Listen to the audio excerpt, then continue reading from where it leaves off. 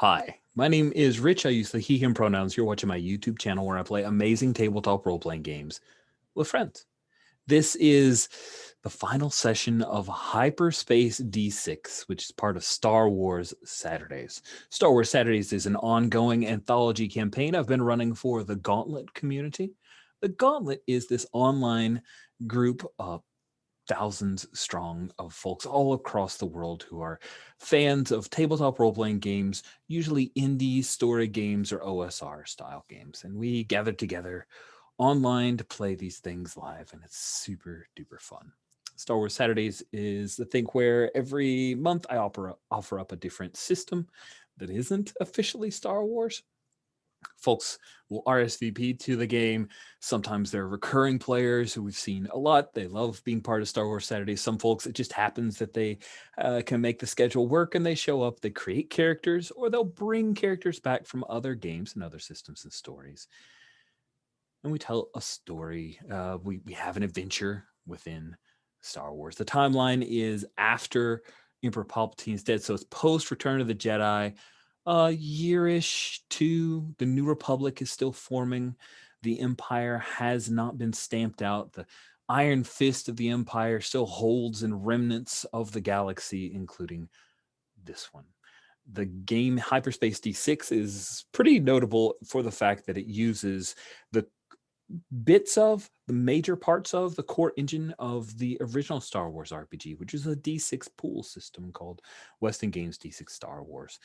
The license was lost, the system was made open source, and a guy named Matt Click came along and scaled it back from hundreds of pages to a svelte 32 pages.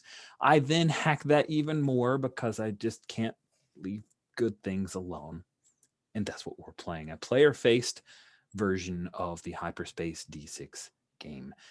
In this game, we've played some old Weston game modules that we've kind of remixed and played through, including Mission to Liana, which we just finished up, and it's been quite a good bit of fun. As we begin, the player characters who are a team of New Republic troubleshooters, troublemakers, scouts, who knows what they are. Have gone off to Liana, which is in the Tyon cluster. They broke up a party. They stole a cloaking device. They stole a device with a ship with a cloaking device on it. Handed that over to some non-Republic organization called the Unbound, and took their prisoner and just left. All good. I mean, they left a mess, but they did leave. They're headed back to Arda II, the planet that most of these characters help to liberate from the grasp of the Empire. Unfortunately, Arda II is located very much in the strong part of Zsinj's empire, so there has been a blockade. Supplies have been hard to find, and luckily there are some locals near the base where you guys have been stationed, Whisper Base, that have helped out, but still, it's hard to come by certain machine parts and the like. So you know that Major Mothma, who is the leader and commander of Whisper Base, has been looking for outside aid. And with all of that in mind, we will pick up our game with all of you guys on a particular ship that I click on so I can know that it's called the Screaming Sunspark at this time, aka the Tempest, aka Cargo is Lost, aka the Instigator, heading from Liana back to Arda II. Before we introduce our characters, let me remind you, we do have lines and veils as safety tools. We also have Ask First. All of that is marked up on our character keeper. This is the 5th session in. I know you guys know what's up with that. We also have the X card that is always available at my table and an important part of making your games safer. So yeah, I think that covers all of my preamble. Let's get to character introductions. Cody, let's have you kick it off. You're back, returning to us once again. Introduce yourself. Tell us a bit about your character. Yeah, my name's Cody. I use the he, him pronouns. I've been playing with Gauntlet for a couple years now at this point. Today I'm playing, and I mean, this whole season I've been playing Ranger Temet Ardand. He's a well, he's a ranger, right? He's operates usually at the forefront of the theater of war, usually on solo ops and stuff like that. He's been in the war for a while. He has a bit of a stim problem, but you know, he's really working out a balance on that. I think that he's really figured out. So yeah, that's him. Excellent. Next up is Sabine. Introduce yourself. Tell us about your character. Hi, my name is Sabine. I use any pronouns, and I'm playing Sarah Tarvo, who uses she, her pronouns. There's a cat. Sorry, I am easily distractible, especially by cats or pets. But so is Sarah, by the way. Sarah is a pilot, pretty young. She grew up and is a member of the aforementioned Unbound, which is a part of the mercenary bounty hunters guild. A lot of overlap there, and some people say they're just pretty much pirates, right? But that's not that is not entirely true. It's not. Anyway, Sarah is a pilot. She's brash. She's cocky. She's overconfident, and she also is Mara Vader, the daughter of Darth Vader, which, is maybe an invention of Sarah, but who really knows, right? It's a big galaxy. Those indeed, such mysteries. Oh my goodness, Mara Vader. Next up is Will. Introduce yourself. Tell us about your character. Hi, I'm Will, pronouns he, him, as are those of my character, Kel Trazic. Kel is a returning character, as you know, Rich alluded to, played 2 series of Bounty of the Week, and then 2 series of Hyperspace now, and he's gone from Greenhorn rookie to grizzled veteran looking after some troublesome Greenhorn rookies, and, you know, one ranger with his own problems, frankly. And yeah, that's Kel. Fantastic. Thank you, Will. Last up is Greg. Welcome, Greg. Please introduce yourself. Tell us about your character. My name is Greg, pronouns he, him. I am playing Lady Case, she, her, who is one of the aforementioned troublesome greenhorns. She is the daughter of a infamous mercenary captain who has broken with her father and run off to join the New Republic, and is feeling much better nowadays about having contributed and kind of found a new home. I mean, you did mention, did you? I don't think you've mentioned in that for Lilith that not only is she kind of broken from her father, but she basically lit a flaming bag of poo near his house so that at some point when he steps outside because you door dashed, he's going to stomp on it and have a bunch of crap on his shoe to deal with. Yes, in our last session, I used his name to pull off some subterfuge, and he was also involved in these events, so no doubt he's going to hear about it. Yeah, he was around, which makes it more likely he did the thing that Lilith did and pinned on him. That's going to be nasty. That's great. So, as we begin the session, you guys are on the Instigator, older ship. It was involved in the Clone Wars, served on both sides, started with the Republic, was captured by separatists. This is the ship that won the Tour de Minos, which was a new up-and-coming intergalactic race. It was found by an enterprising young Celestin and reconditioned, and has been lent to none other than Zyra Tarvo, one of our heroes of this tale. Now, we don't have actual deck plans. We have cool pics of this ship. So, Zyra, you know the ship better than anyone else. Where on the ship would Imperial Advisor Rodin Helene Verpalian be kept?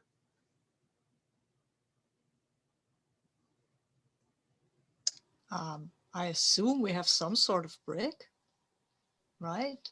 I Oh, mean, okay. So you feel like there's an actual there's a brig on spare this ship. room, probably. Okay. Just saying. I mean, Is yeah. it a broom Sure. closet that you've called the brig, right? Like Yeah, yeah, that is that. It has a lock. We have had. I think we had opportunity to or need for a brig before this. So yeah, I think we have a repurposed broom closet. It's not very big.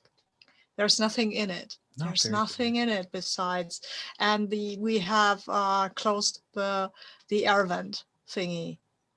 Oh, yeah. Just saying, Closed it off. we've closed that up, so no enterprising young people can go in there and rescue somebody. Even though it's a very nice air vent, and I have to say so myself.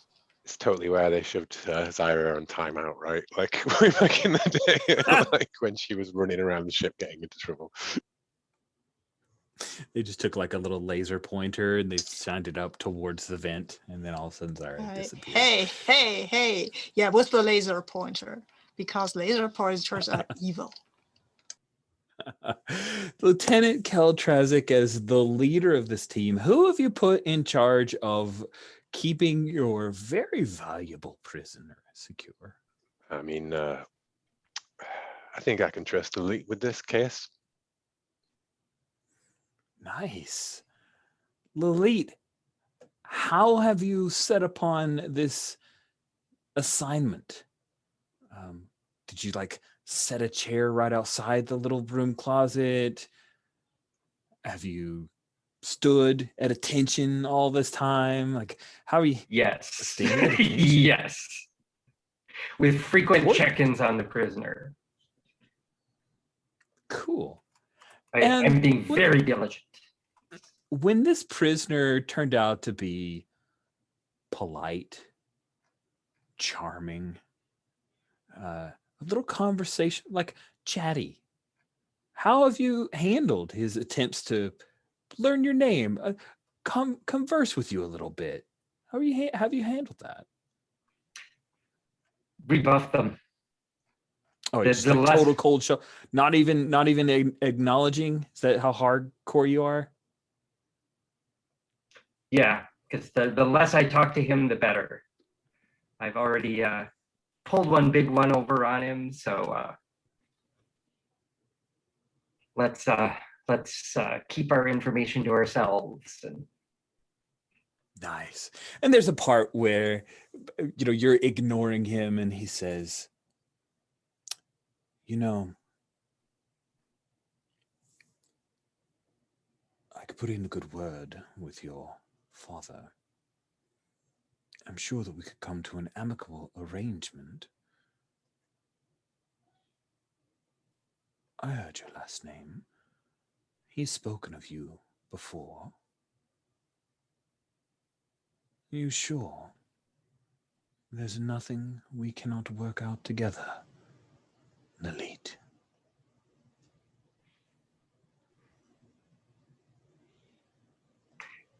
you're correct. I did not deceive you as to my identity, but I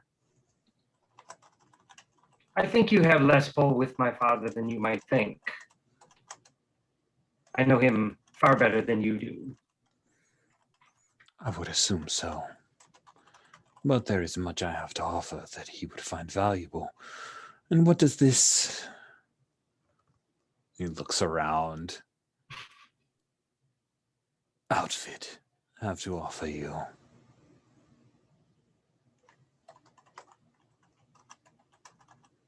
A life away from the orders of the Imperials, if nothing else.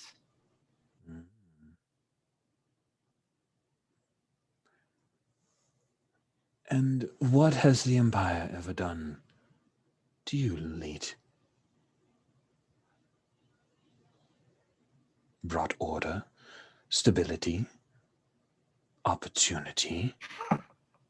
Order and stability are the last things I had in my childhood.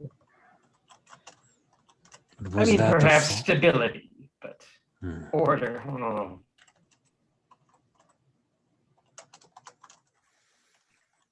I see. Are you sure that you're not blaming your anger at your father on a faithless empire?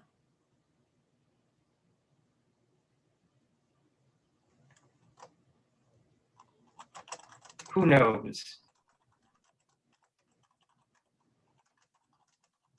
Frankly, I think digging into it will do me no good.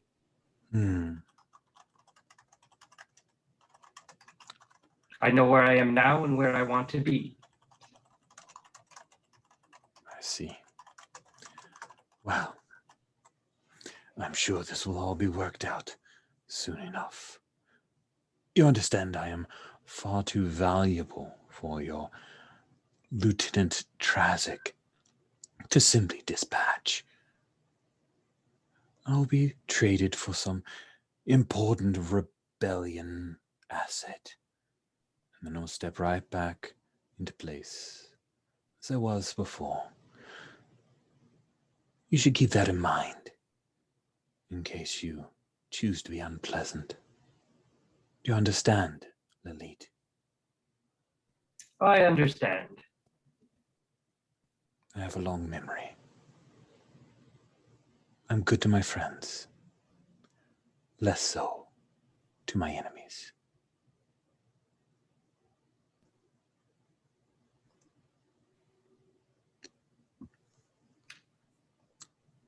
Then I think we cut from there to Zyra as, you see that the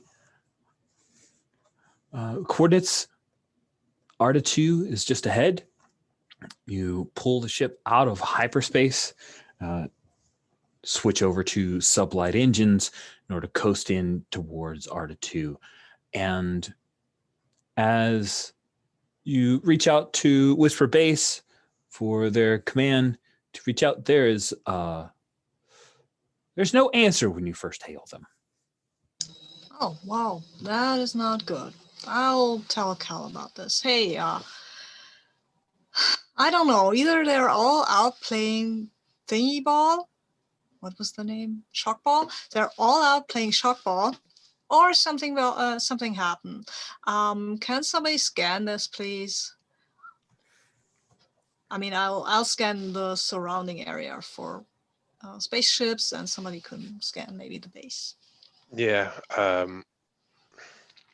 You know what? I'm gonna like run up and then from on the comms and just say like, forget about our cargo. Come on up to the cockpit. We got a problem here. And I gotta see that somebody has a 4D in sensors, which I would probably lean towards our technician doing the sensors role.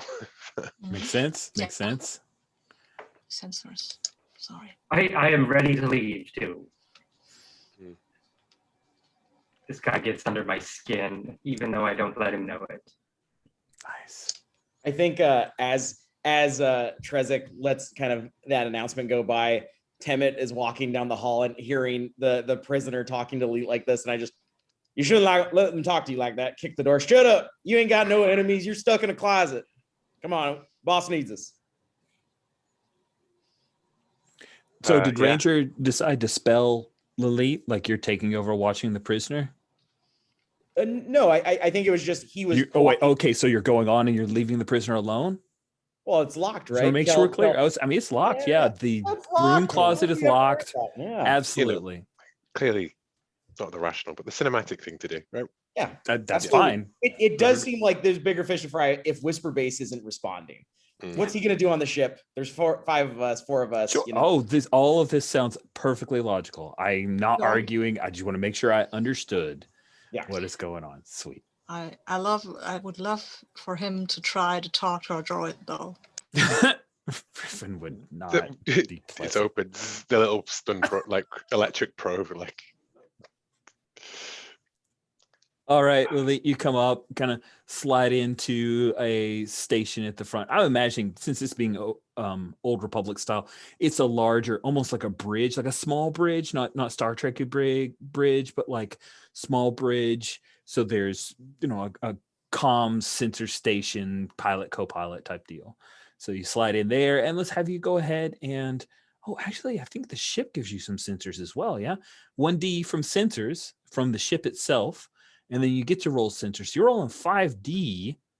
And this is like an easy roll to figure out what's going on.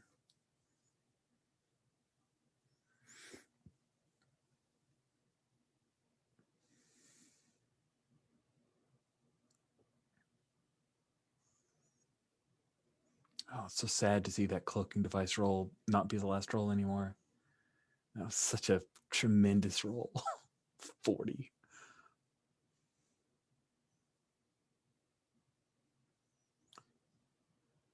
Holy crap. Okay, so 6 on the Destiny die and a total of 21. The long range sensors, or the long range comms, the comm array for Whisper Base is down. Using your sensors from this area, you also see that you see there's a lot of activity on the exterior of Whisper Base.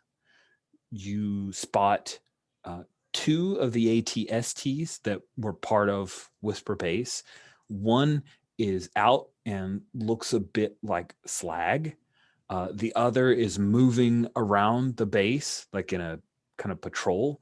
And there's pretty obvious signs of combat going on. Comms are down and they're seeing some combat right now. One of Alright, the Chris. ATSTs is down. Does somebody want to man the gun stations then? Already in it. Let's get down there. Yeah, sure. Yeah, So- bring us in low, Zyra. Let's get straight in there. Sure. Okay, so you get on the comms and try and pick up see if anyone's talking close to down there. Maybe we can punch through whatever they're putting up. We need to find out what the hell's going on. And I'm just like pulling on my body armor and like loading my blaster rifle and stuff, right? Nice. Cool. So as Zyra, as you start to dip in, head towards Arda II to enter the atmosphere, you see that there is a small like wing for TIE fighters headed towards you, screaming, "Wah!" They're coming towards you. What do you Hello, do? my pretties. Oh, delightful. So shall we enter a little bit of combat here? Now, as a reminder, the ship itself has conditions. The ship has taken its first hit. You did that earlier in this mission trying to escape.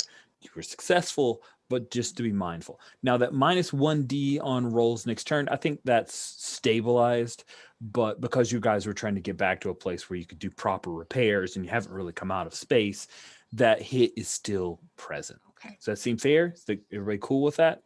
The So do pressure we- of ongoing hop to hop? Yes. So we do take the -1 to rolls, right? Yeah, let's do the -1 to rolls. I Okay. mean, yeah, let's do that. Yeah, let's do that. Okay. Cool. Sweet. So, what you are looking at right now is really dependent upon what you want to try to accomplish. Are you hoping to try to out dogfight 4 TIE fighters, or are you trying to just punch your way through to get down to Whisper Base? Nah, I mean, they will be a problem if we don't take care of them. So what I want to do is fly into kind of around the forest a bit, dip into the trees and dip out of them, so that these TIE fighter bucket heads will just either crash into a tree or, hey, crash into one another. That is always fun. Okay. Then here's what I'm going to say. It's difficult to avoid getting shot by 4 TIE fighters.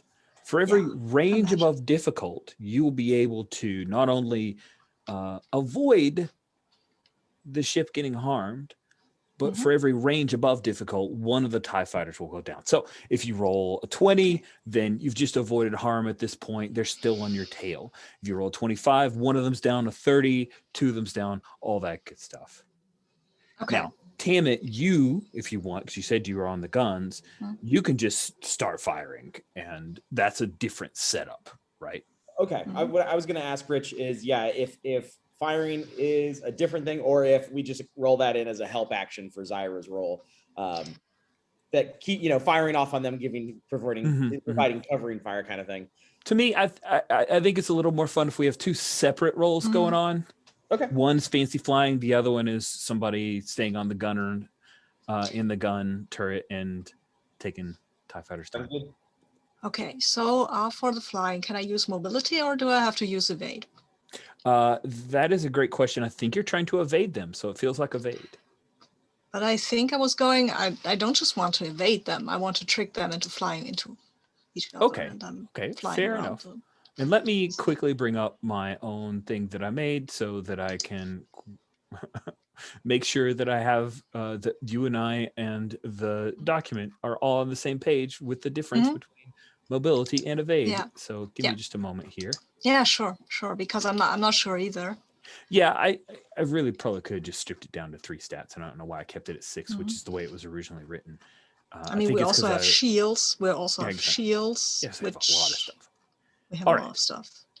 So there are vehicle attributes and vehicle defenses. So the defensive attributes are used to avoid attacks and reduce damage. Vehicle attributes are used to accelerate mobility, acceleration, speed, and maneuverability. Evade is using to dodge and avoid enemy attacks. So I do think mobility best describes what you're trying to accomplish here. Because I'm not just trying to evade them. I'm also trying to get them somewhere where either Temet can shoot them or they crash into some obstacles that I can avoid. That's basically what I'm trying to do. Yep, and Classic I'm going to Star insert Wars. little notes in each of these so that they Okay. have. So that gives me 2 dice to my pilot, right? Mobility with 3. the -1 from the. With the -1, it's 2 dice. Yes. Yeah, with the -. Yeah. So that then I have 6.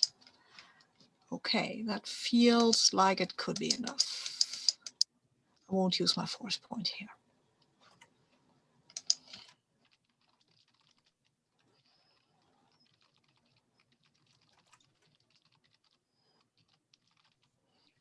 See how that goes.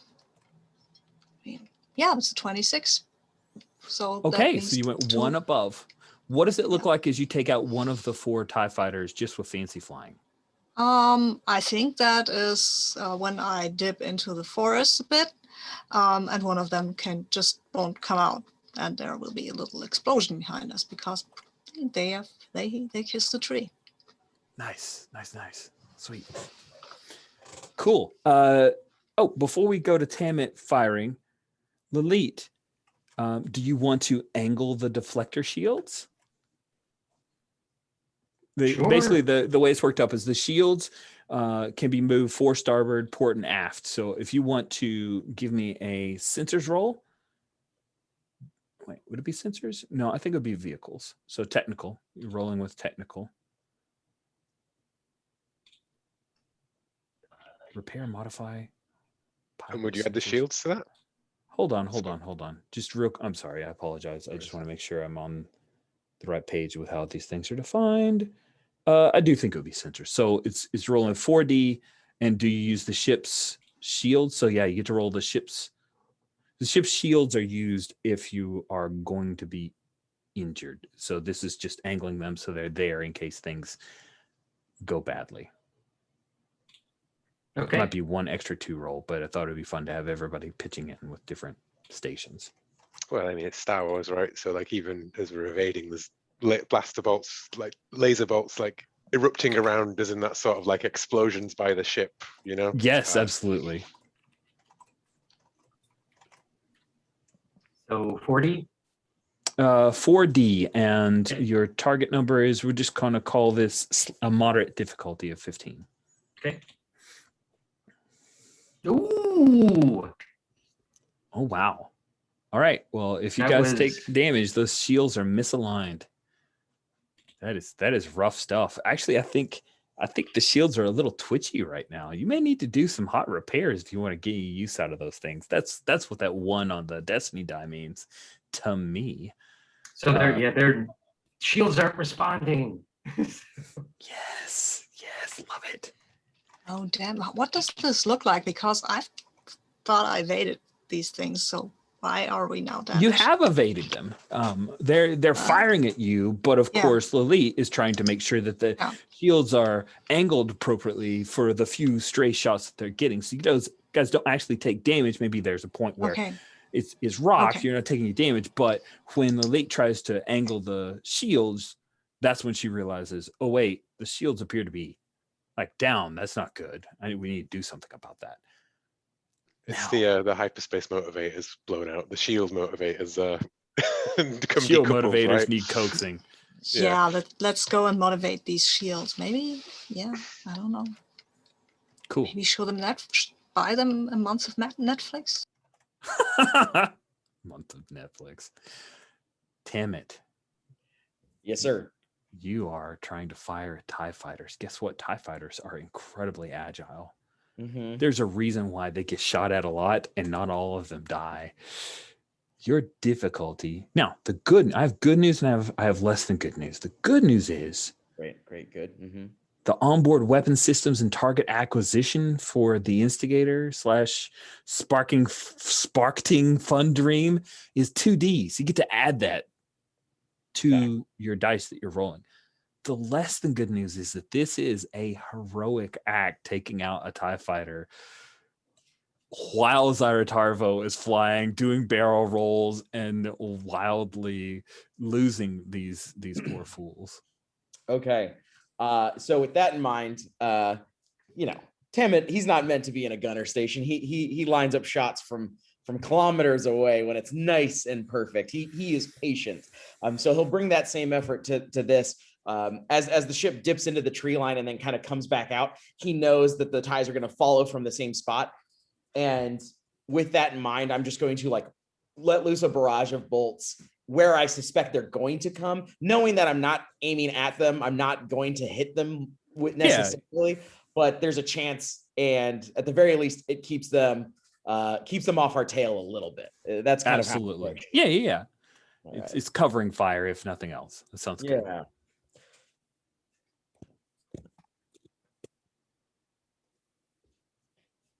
Yep, 14. Good, great, beautiful stuff. And actually, awesome. it should be less, because if we're taking -1 to the rolls from the ship, it's right. And that was actually, it was next roll, if I remember correctly. Yeah. So rolls next turn. Yes. So it is -1D. Yeah. Okay. You failed a lot. Here's what happens, Tammet. So you're doing all this work, and then you threw on the headset, right? Through the headset, you hear Verpalion say, Ranger Ardand, I happen to have on my person 3 doses. I cut the channel. I don't even hear the rest of what he says, and I yell out over the comms, Verpalion's on the comms somehow. Somebody get back there and give him a kick. I don't know what he's hacked into. 3 doses of stims. Sweet. So yeah, you're screaming about somebody deal with the comms. Lilith, you realize that the shields are down. This is a twitchy Old Republic ship, or Old Republic, New Republic, some kind of Republic ship going on. There are still 3 TIE fighters on your tail, Zyra, as you whip over a lake and zip past a pair of Rupings, and you see that there are stormtroopers in the jungle that are, as you're getting near Whisper Base, and when you were kind of wheeling around, there are troopers, there are Imperials who are trying to take over Whisper Base right now on the ground. Great, but we still have to get rid of these TIE fighters, right? You probably should, yeah. It'd be a good idea. Yeah. So come on. Kel's running down to where we've got the speeder, the cargo bay, and he's going to yell out to Zyra, bring us in low, and I'm going to punch out the back on the speeder. Yeah, don't even try, Cal. Take care of that fucking guy on the comms. We have 3 TIE fighters on no shields. I'm not gonna do a thing to let you drop. This is not. Pin down there, Tarvo. Come on, we gotta help him. Yeah. Just. Where are your rebel friends now, huh? They're down there and they need our help. Come on. Yes. Yeah. Okay. You know what? Hold on. Don't drop until I tell you to. Yeah. Kel's done this before. Yeah. But Now, you said speeder bike, but let me check in. There is a speeder bike here. There is also a sorry, Cody, I have to drop this on you. A Void Spider TX3, Verpalian's personal land speeder, that is on here as well, because you guys stole that sucker. Yeah, I just think the speeder's cooler, but it isn't mine. I actually, I could leave the speeder behind if somebody else wanted to have the speeder, the speeder bike. So you Yeah. like look at it for a moment. It's beautiful, sleek black. Mhm. It's shiny. It's very, very nice. And you hop onto a speeder bike, an Imperial speeder bike, right? Because it's one that you guys requisition from. No, it's is it? No, didn't we steal it from the Swoop Gang? Oh crap! That's right. The one you stole for the Swoop Gang over on Orb Mentel. That is a great. I love it. I love it. Got a name too, brought which that I back. don't remember. But it was Lilith's, so if Lilith wants to join us, or is she too busy fixing the ship? Fixing the ship. That is my thing. So yeah, cool. I hop onto the thing and I'm like strapping down, holstering my guns, and I'm like, and then I pull the seatbelt on the speeder, right? That you never see them wear, and I'm like, it's been a long time since I did this. All right, so Zyra, Trazic definitely wants to get out there and try to help. You've got some TIE fighters to shake. Yeah, we need to deal with the TIE fighters first. By the way, you also realize that Ranger Ardan is a terrible shot. Yeah, I noticed. He's like just firing randomly. But I also noticed that we're over water and there is this island, kind of this rocky island coming up. So this might be our perfect chance to get rid of these TIE fighters and smash them next to the cliff of the island. So that's what we're going to do now. That sounds awesome. And I'll call to Ardan to just barrage fire, okay? Just get me some breathing space here. That's about all I can manage. Yeah, that's fine. That's fine. It's great. Okay, I'll roll again. And you know what? I won't keep my force die. I'll just spend it. Fuck these TIE fighters. Oh, come on. Woo! Yeah. Do I get a help die from Temet? If Temet wants to throw a help die this way, that sounds perfectly fine to me. If you want to give up firing separately to help die, that sounds great. Okay, then I'm starting out with 7. So that goes up to 14. Oh my goodness. 8. What force point made for? Yeah, well, exactly. Because I can't just drop Trazic in the water while TIE fighters are firing at us. That's just not gonna happen. So anyways, 3 little TIE fighters. Let's go. Let's do this. It's a 46, but a 1 on the first time. I've got a 1 on the Destiny die. Oh my goodness, that sounds Damn fun. That sounds real fun. I know what that means. Okay. Cool. Okay, so yeah, Temet, I think at one point your help is you actually hit one of the TIE fighters. It's more like Zyra kind of lined the shot up for you, but you know when to take it and you pull that trigger. So you assisted. You're a helper. Zyra, you like peel out at one point and a TIE fighter slams into the cliffside of this beautiful waterfall, like coming over it, and it falls apart. The 2 little pancake or waffle wings like flip out and one crashes and skits along, and the 3rd one actually chases after you for a while. How is it that you take out that last TIE fighter, Zyra? What do we see? You see, these TIE fighters, they're not made for underwater flying. Neither is my ship, but what the hell? Who told us that? Yeah, I'll tell Trazic, just hold it for 1 more minute or we'll drown us all. And then I'll drop us under the waterline and let's see if the TIE follows us. Yeah, it doesn't. It like pulls out at the last second, but it's on too hard of an arc. Like it was wholly focused on you, so it skips along the top of the lake, and then just wobbles out, whoa, and boosh, hits the water, and it throws it out. And that's the one TIE fighter pilot who lives, but their TIE fighter is done. And I think the one on the Destiny die is Lilith. You're running back to work on the sensors, and the cargo hole just suddenly starts to flood. as while it can survive the rigors of space, there's something in particular that got maybe shook loose or something going on, but she's taking on water, Lilith. The Karwoo's loss has been taking on water. What is it that you do when you see that?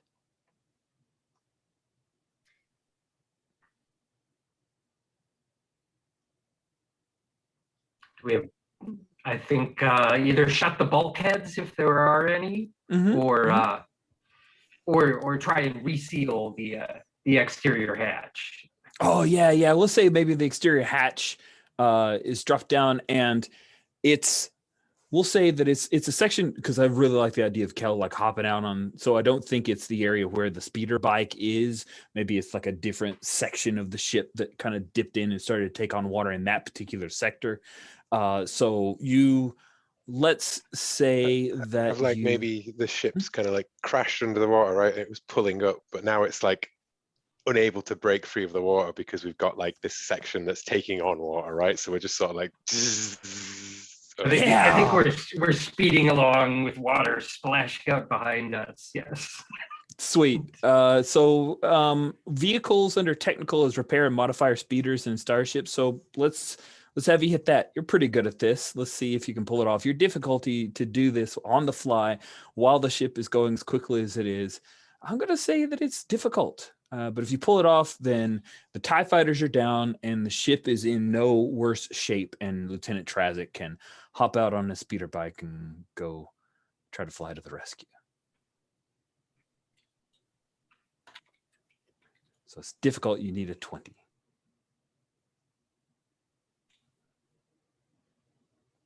Ooh. 6 on the Destiny die. Do you want to spend a character point, or are you going to? I will spend a character point on that. All right. Don't be modulary. Love it. You just need a 3 or better. 2/3 chance. That's right. Kind of, sort of.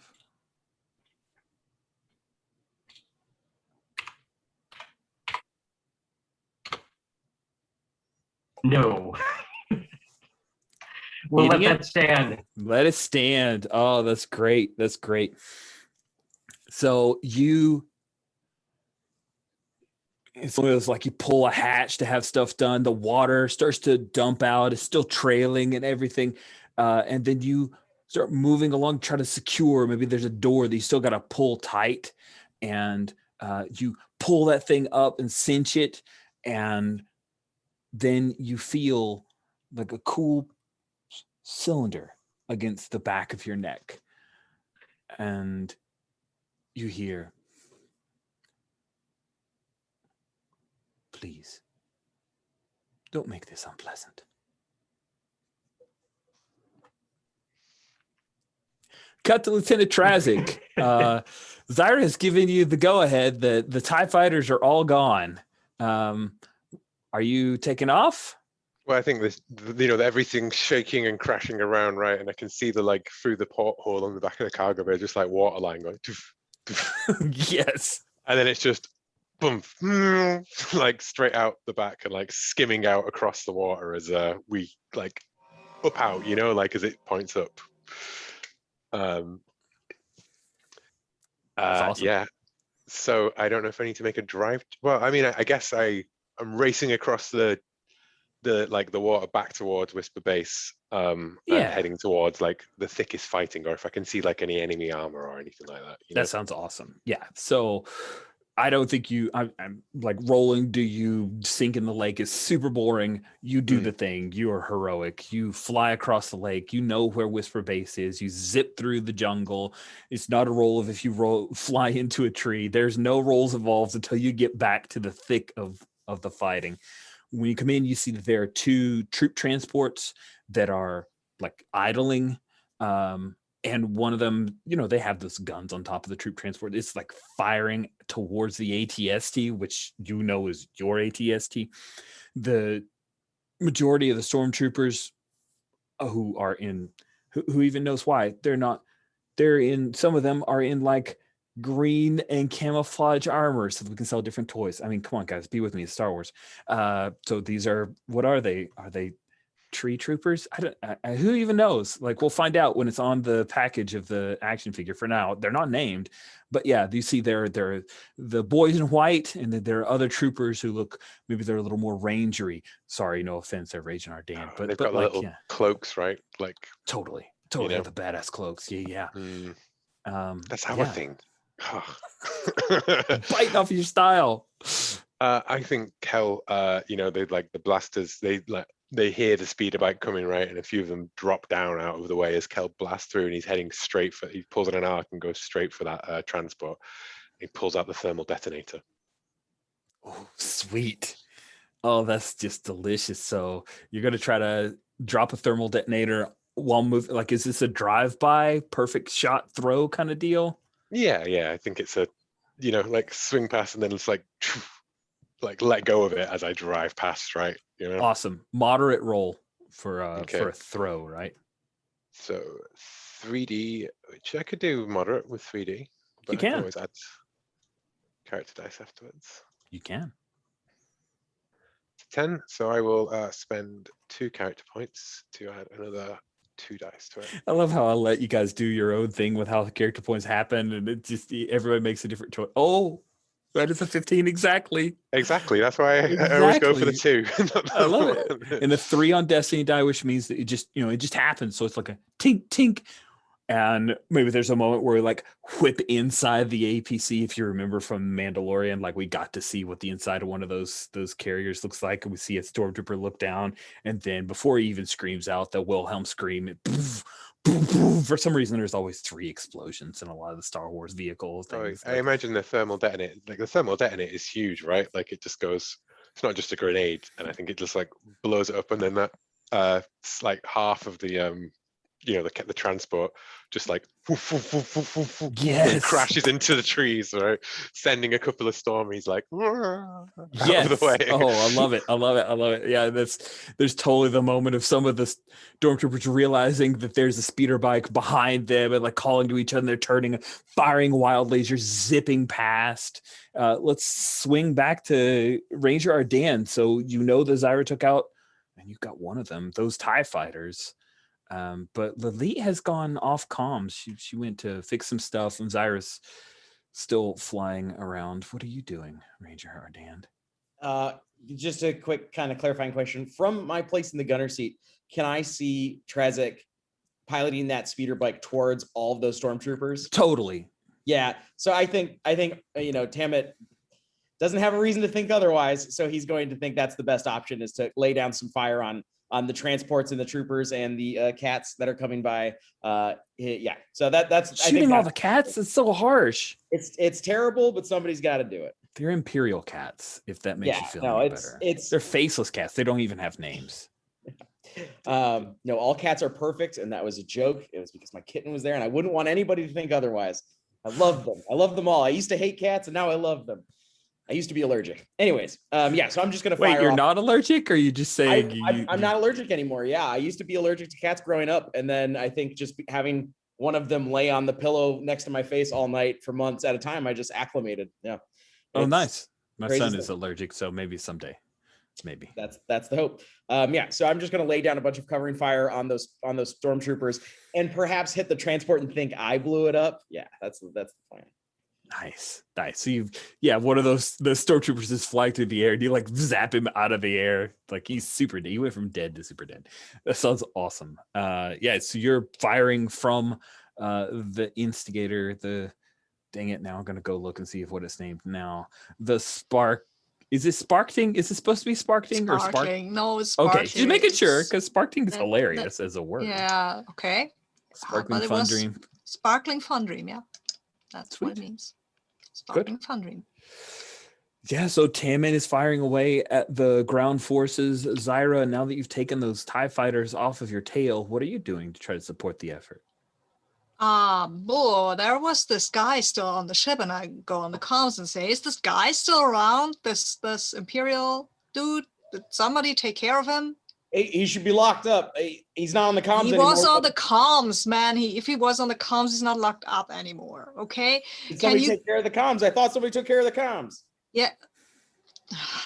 Can you go and look at it, and I'll go and fire at some of the stormtroopers because I can fire from All here. right, hold tight. Yeah, with that, Ardan will draw his holdout blaster and start stalking the halls of the ship. Oh, Yeah. thank goodness for that holdout blaster. And I'll go and fly around the stormtroopers and maybe fire off a shot or two, but mainly just to scare them, I guess. I mean, this is a ship that's coming at them. They probably will get out of the way. Yeah, she's pretty tough. And I imagine you've got forward lasers on this thing. It's not just the gun turret. Because if you look at the picture in red with the red background a little bit below the damage stuff, you can see a couple little nozzles that look like gun port stuff. So let's cut back to Verpalion and Lilith. It's the thing, he hasn't shot you. Yeah. But he's turned off your comms. That's why you haven't responded yet. And it's a thing where he's guiding you towards the cargo hold, and you come near his sleek, beautiful speeder. I see you stole my favorite speeder. Well, I believe I shall repossess it, but you will be my pilot. Lilith, get in.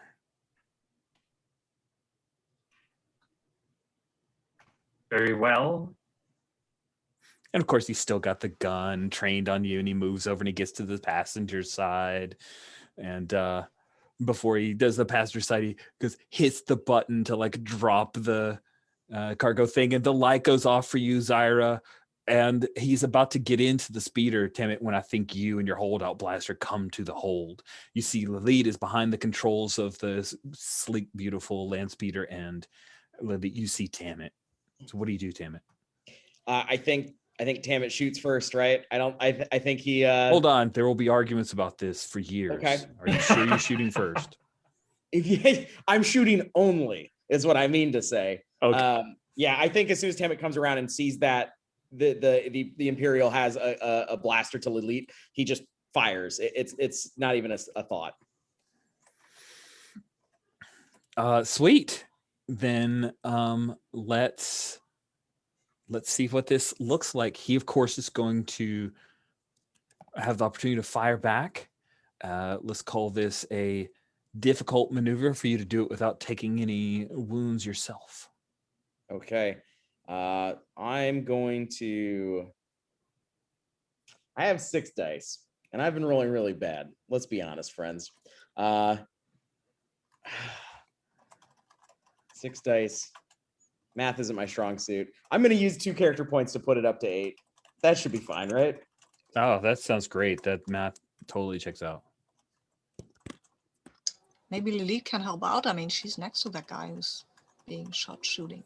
Unless Lilith wants to do her own sneaky attack. Yeah, I'll roll, and then we'll see how the dice, how it plays me. Roll. Crazy. I kind of 22. lost connection to the game server note. That was weird. I get those constantly. That's why it always takes me like a few seconds to actually roll something. Oh, with roll with me? First time Yeah. I've ever had that message. Well, I got a 22 with a 5 on the Destiny die. That is great. That means it goes through. Were you shooting to kill, or were you shooting to wound? You know what? In my head, it was shooting to kill. So I think that's what it was. Yep.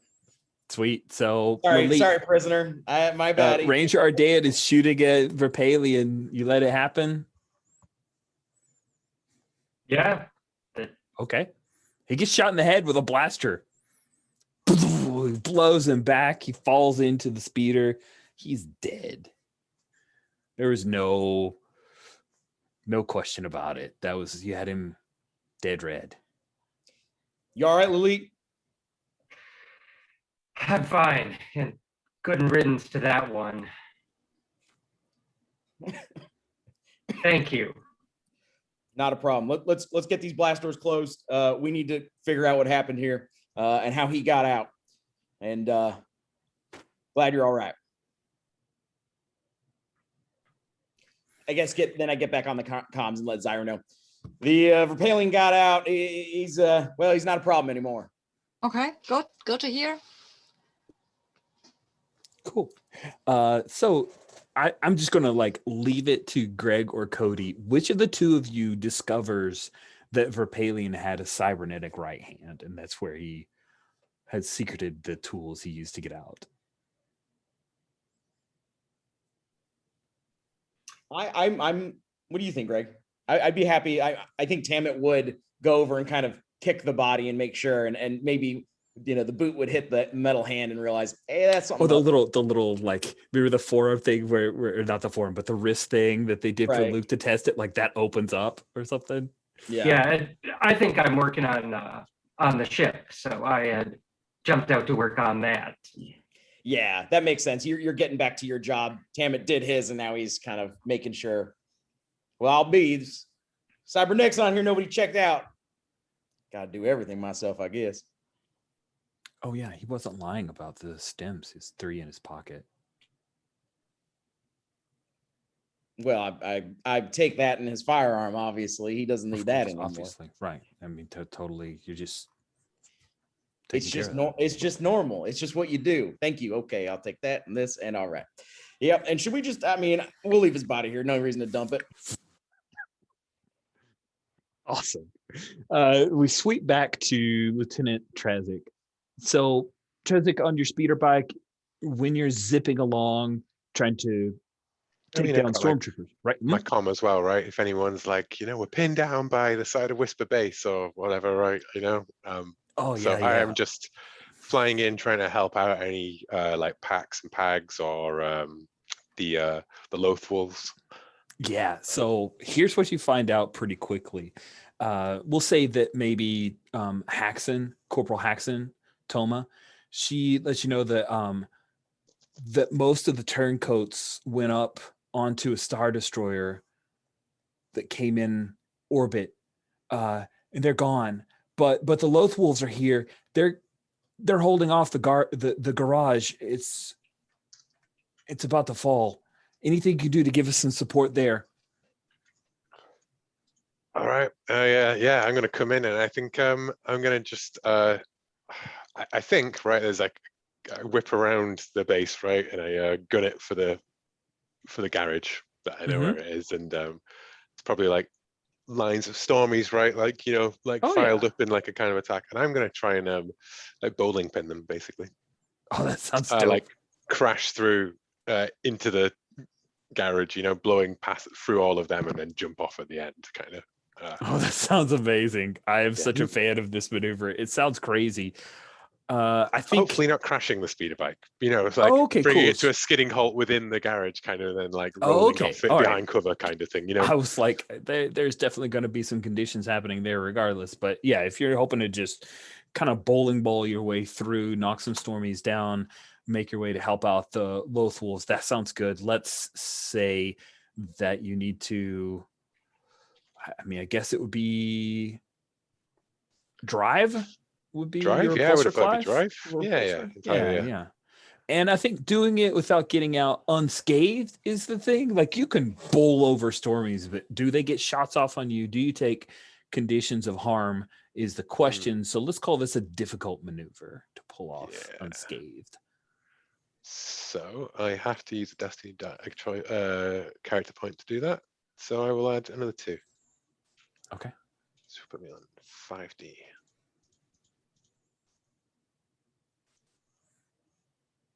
Yeah. 23.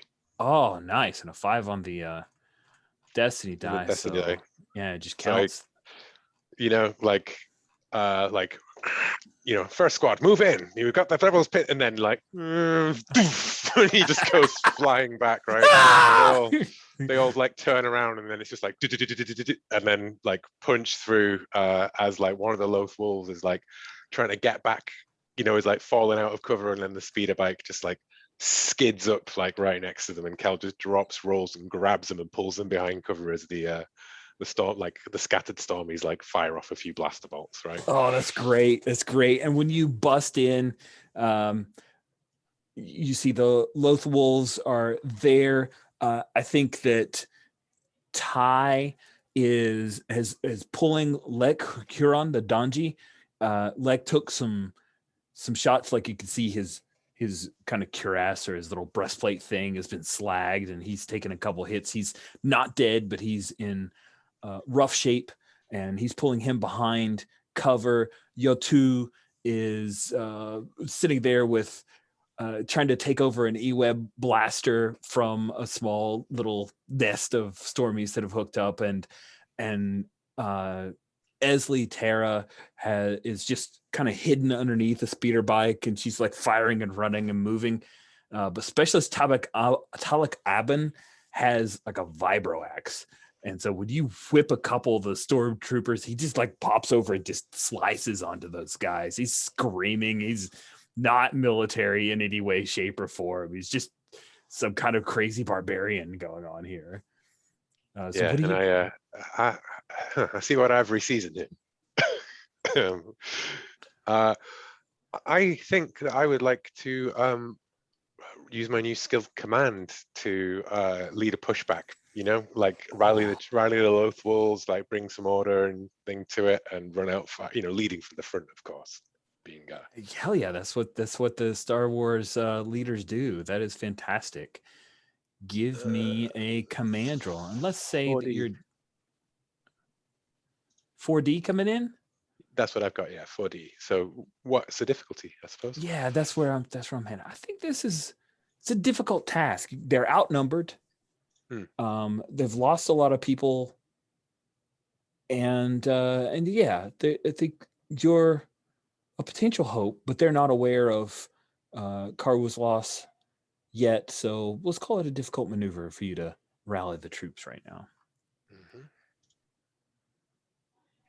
Oof, that's just a 2. You know what? I will spend another 2d6 because it's been working out well for me so far on the character points. And I think the complication is you're going to take a condition as a result. Oh yeah, as a 1. Yeah. I think that's definitely the case. If I will take, you know what? I'll just take injured. But can I burn my armor for that? Oh yeah, absolutely. Yeah. Well, that's what happens, right? Is it like that's what the armor's there for? Boom. Yeah, you know, we go charging out like you know, like may the force be with us all, huh? Now let's go and like push these Griffin bucket heads back, and like the web comes out laying down covering fire, like we push back. Oh yeah, that sounds awesome. And I get like tagged like as I run into the cover, and like then the Ratataki guy just like swings and takes down the guy who shot me with the Imperial officer who shot me with a blaster at close range. That sounds awesome. And I just stagger up with like, you know, my armor blasted and smoking, running up, firing one-handed with a heavy blaster pistol. Sweet. Ty, of course, is like hanging back for a minute for Lek Huron because he's been injured. And then as you're leading this push, the droid tour like walks over and kind of Princess Carrie picks up Lek and just like as all the blaster bolts are going and the screaming, just picks him up and starts walking towards the med bay. And so Ty really watches for a moment, and then boom, he's running off behind you. You're leading these guys out. You push them out of the garage, and now they're, you know, a few of them are braking, heading towards the non-destroyed personnel carrier. But let's cut back to Zyra Tarvo, because we haven't seen what she's up to in a little bit. You just got the notification that your prisoner's dead. You're okay with it. Cool. What do you want to do to try to help out with the effort here? It looks like there are no more TIE fighters here. They only left behind those 4, and you've taken them down. Okay, so we have these stormtroopers running around. They are coming from somewhere. They don't grow on trees. Last night. That's true. No, that's absolutely accurate. So where's their ship? Oh, cool. Why don't you? Let's see. What would be our best roll? It's got to be some kind of sensors thing, right? Yeah. So why don't you give me a sensors roll? Mechanical sensors, plus you get to add the ship's sensors, which is another D, and we'll say that the difficulty there is moderate. Okay, moderate is a 15, right? Yes. I still have too many dice on here. Whoopsie. No, that's what I want. I don't want to add a custom die. Sorry.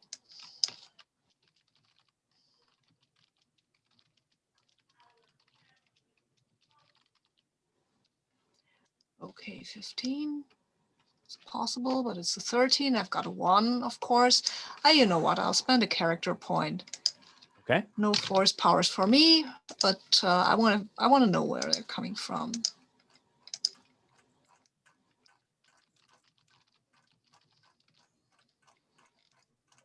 Okay. So it's a 5, yeah.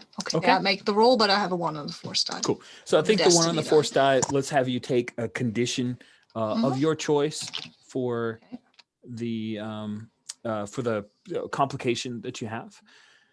What you find is that there is, I have a mental block on that particular type of ship. Just a Zanti freighter. Yes, thank you. You even know my block. Like, I know it's a G word. I always want to say the wrong thing. Thank you so much. You're wonderful. Take a character point for helping my memory banks there, because you did it so quickly. So yeah, there's a Gazanti class cruiser that isn't anywhere near this. Like, they kind of dropped everything off and then flew off. They're not support. They should be. But they're not. They're cowardly, and they're kind of hanging back and monitoring so they can SCART her if things go. Look at me. I used that word for you, Will. The SCARTers, just like right there for you. So what condition do you think Zyra gets? Angry. I mean, this is just, they're just the worst, right? I mean, I don't like Stormies, to be clear, but to just drop them off there and then go away and then leave them, that's... Yeah, you can hear the people booing maybe in my background. I heard the people booing. It's great. I have no idea what that was about, but probably some sports thing. Anyway, that makes me angry, and I'm not going to destroy the Gazanti thingy just because it pisses me off, but damn it, now I've got to shoot these poor stormtroopers and they've got nowhere to go. You know what, I'll open a comm thing to the Gazanti class ship and I'll tell them what exactly I think of them while I go down hunting. I go to the Whisper base, and if I see stormtroopers, I start firing. Maybe not exactly at the stormtroopers, but just like, hey, I'm here. Piss off, you losers. Cool. Yeah. Awesome. So and I will open up a comm channel to the, hey, Gazanti class cruiser, you're Empire and you're just dropping your stormtroopers like feces over other people's planets. Get out of here before I come for you. Oh, it's great. He's so mad. Sweet. So then the fun spark, is that what she's called now? Just want to make sure. Yeah, the fun dream, the sparkling fun dream, the sparkling fun dream. Yeah. It's a thing. The fun dream. They don't know she's called the fun dream. They just know it is this big honking freighter with a bunch of guns. So you come in, and with Trazic rallying the troops, you see the Stormies are on the run. Lilit and Tamit, you guys have gotten back to, like, the ship is in good working order. You fixed the hatch. Lilit, Tamit, you see what's going on down there. Do you think you hop back in the gunnery chair, or are you going to try to get down on the ground? What's Tamit doing? I think Tamit hops back in the gunnery chair, and even though he's not great, somebody firing those is better than nobody. Cool. So he's there to lend support that way. So here's the thing that you notice, Ranger Ardan. They're headed towards, like, the one personnel carrier to just get out of here. You could slag that thing pretty easily. And it's one of the few things that's still left on the Imperial side that has a kind of gun that could hurt this ship, maybe. Oh, yeah. They're fleeing though, right? They are fleeing. Yeah. That's the question. Do we... Sorry if I missed this. We haven't heard anything from Whisper Base yet. Their comms are down, so we don't know what kind of state they are in to necessarily take prisoners if we have them. So, I mean, like, as you're coming back in, probably, like, you can get on the comm link that from Cal, who's like, as he pulls off, like, the smoking remains of his armor, right, and he's sort of like tucked up, and he's like, we got him on the run down here. They got one. They're heading back to their transport. You sag it. We can get some more prisoners to go with the advisor. Well, you're breaking up here. That's a good idea. The advisor, maybe this will work out. I'm not listening to the thing call anymore, right? Like, Yeah, I think that's how it works. With Kel's kind of like, yeah, that might make up for it because that guy ain't coming around. So Tamit's gonna slag the cruiser before it takes to this guy. All right, is possibility that this ship could hurt the ship. So that this APC, this personnel carrier, could hurt the Fun Dream. So let's have you pull off. The good news is though, this thing isn't moving. Mm-hmm. It's really about, do you shoot it before it shoots you? So it's a moderate difficulty of 15. Okay. All right. I got 4 dice. Let's go. Did you pull in the ship's firepower or 2 dice? Yep. It didn't work out for me. All right. Yeah, I think it's a thing where the ship is going to take another shot. The ship gets to mark another damage taken. Your second hit. She is damaged, and I'm going to say it's minus 1d rolls per damaged system. So let's say that the current damage system, we'll just say that the hull goes down by 1, but she's at minus 1d on rolls until she gets repaired. Damn it. Boom! The ship just kind of rocks a little bit, but then Tamit, you dial it in. It's one of those where you like hit the ground near it and you keep firing until you kind of walk it up and take out the personnel carrier. So they hit you in the mouth, but then you were able to take them down. Sorry about that, Zyra. They won't be sending any of that no more. I mean, we might talk some of these Stormies into joining us because these fuckers left them here to die. And she doesn't say Farkers, she says the Star Wars equivalent. Farkers, I believe. Everything. Carkers. Yeah. These Carkers, yeah. Awesome. I kind of imagining like some of the Stormies that were running over to the transport, right, are now just like hands up as like the Loath Wolves push up behind them. The Loath Wolves stomps around to the corner. Yep, absolutely. That's exactly what happens. And the day seems to be won. Like the Imperial invaders on Whisper Base are surrendering. And I think with that point, we'll go ahead and take our mid-game break here. So, Zyra, you lay down enough suppressing fire. Tamit, you took out the second personnel carrier. Zyra, of course, cursed out the Gazanti class cruiser, which at this point is gone. Like you see it. You see it's like a flash of it as it comes up and it's heading out, and it is done. It beats feet. Yeah, good for it. I would have come for that one, even though we are pretty damaged, but still. Kel, surrounded by the Loath Wolves and other soldiers from the base, you are surrounding the remaining stormtroopers. We'll say there's like, hey, you know what we'll do? Ranger Arden, if you could roll me 3d10. That's how many troopers you guys take. You got it. Let me see here. 10s.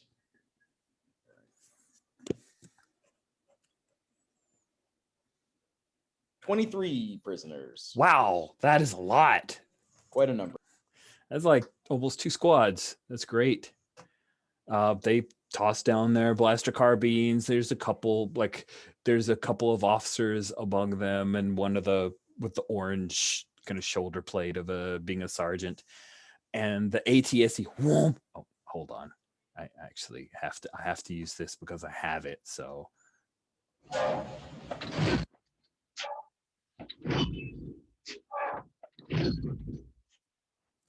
The ATST moves over and trains its guns, like covering them, and then the pop hatch opens up, and you see that Viner Delst, the Darristead villager, who you guys befriended, as well as Ivory, the Ratataki, like hop up, and Ivory says, "This thing's great.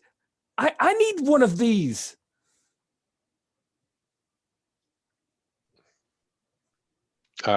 Just like, like salute upwards, and then just like look back at Whisper Base, and just be like, what the crap happened here?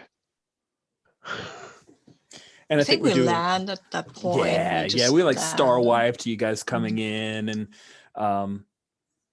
Major Mothma comes up to greet you guys and we'll say Trazic, and comes up to meet the three of you as you're getting off of the pause sparkling fun dream, and they come up the lift, Lieutenant Trazic and Major Mothma, and she's giving the 411 to you. She says, an hour ago, a Star Destroyer appeared in the sky above us. There was a resupply on base at the time, and they offered up the opportunity to get some soldiers on the Star Destroyer. The turncoats, as they call themselves, I don't call them that. That's what they call themselves, Kel. They volunteered. We sent about a squad up, and I'm not sure what happened. We fired some ion cannons at the Star Destroyer. We weren't able to really hurt it, but then it flew away. We got so what? The whole unit's out there and on some Imperial Star Destroyer, and they ain't here. We got men. All right. Well, I guess we're heading straight back out there. Yeah, they sent a Gazanti cruiser down here with some TIE fighters, press the attack on us, and you guys helped us save the base. But yeah, you can see that there's if you check the Whisper Base tab, I moved all the people who are gone down to row 68, just so you have a heads up of the folks that aren't around. Charcourt, who's Second Lieutenant Charcourt, Captain Ovar are here. Ovar looks like he took some combat. The Loth Wolves are here. Ivory. Toma Haxon didn't leave with the other squad. She stayed back because she's a comms tech. So I throw over the the code cylinder with the plans on, right? Like, or whatever Star Warsy type spray painted mundane object we've got to represent the code cylinder. That's right. It's not a USB drive. I love it. Yeah. You got it. You got the cloaking device plans. Yeah, we got them.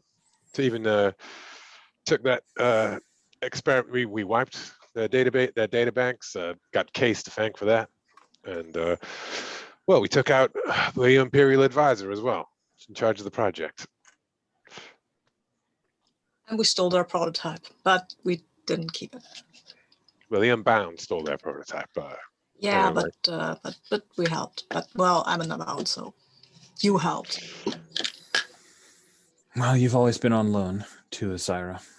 I'll take it. This means a lot. This is more important than Whisper Base. Ain't only one thing important right now. Guys, you ready to go back out there? We gotta get a read on that Star Destroyer and get after them. Yeah, but the ship is in pretty bad shape. But sure, let's go. Lily, can you do some repairs maybe while we're on the road? Certainly. Cool. Patch her up, and yeah, let's get our people back. Cool. And as you guys are starting to like refuel, repair, all that stuff, Ty Breely is going to come up to you. Lieutenant Trazic, thanks for what you did down in the garage. Ain't nothing your uncle didn't do for me. At least 4 or 5 times over. I understand you're taking us to go find the others. Yeah, you want on board, son? I do. Well, best get moving. All right. He whistles, and the rest of the Loth Wolves come out. Other than Lek, who's too injured. He's been told to stay back. Floating in a back tank somewhere, right? You guys have a med bay now. Cool. Yeah. I feel like we don't take the big speeder along. You know, we clear the cargo bay for like troops, right? Like we're going to be taking them on, Makes Definitely. sense. but we have the speeder bike back in now, Yeah. just in case. Get You the can also speeder bike. ride a speeder bike through a Star Destroyer's corridors, I think, as opposed to a full speeder.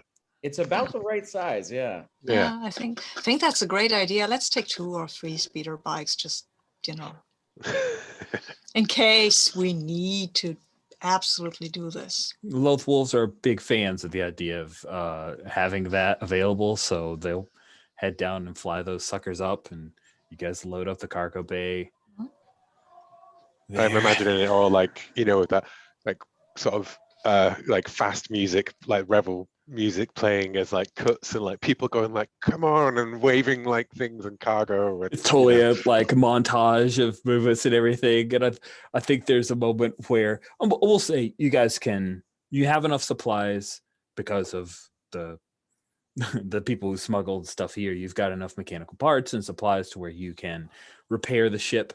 I don't want to put that to a roll. That just seems a little odd because you've got what you need. And if you have to take the time, I would imagine you're not going to. So go ahead and repair the ship. The hull, I think the hull though, like you can repair all the stuff inside, but the hull, unless you want to like spend some time, Lilith, like bolting on extra Well, plating.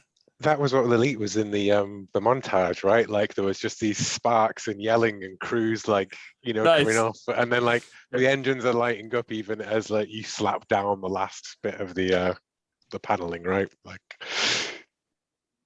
Nice. Punch the last rivet through and Sounds good. bundle in as the doors close. yeah, Yeah. we rattle now. Rivets are still glowing hot as we're taking off. Yeah. Yeah, and I think it's a thing where you're finishing that up and the Loth Wolves have all loaded stuff on, and there's a moment where we see Specialist Talik Aben. He looks back and Ivory comes like running up and just jumps into his arms and gives him a kiss. And he's surprised by this. Like he didn't see this coming. He wasn't sure if she was going to tackle him to the ground and there was going to be a fight. But he doesn't push her away. And then she doesn't get on board. And he just says a few words, like leans in, maybe whispers something to her. Oh, what were we going to say? She doesn't. She stays part on with Whisper Base. if she wants to. I mean, I thought she was part of a crew, but sure. I mean, we had Ivory back in the Venus race. She was with us then. Now she's leaving us. Damn it. She is. Are you going She's to say anything? She's got smooching to do. Yeah, that's the damn thing. it. With she's this staying behind guy. while the smooching guy is leaving with you. Why? Though? Why? But yeah, sure, I'm gone. Why is this guy coming with us? I don't even... Did I approve that? Nobody asked me. I don't want him on board. No. Come on. You going to say something about it? Like, yeah, who? yeah.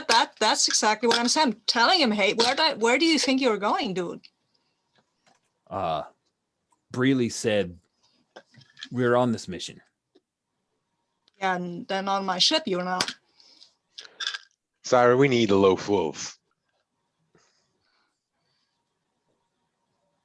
No, I don't. Look, if Ivory's not coming.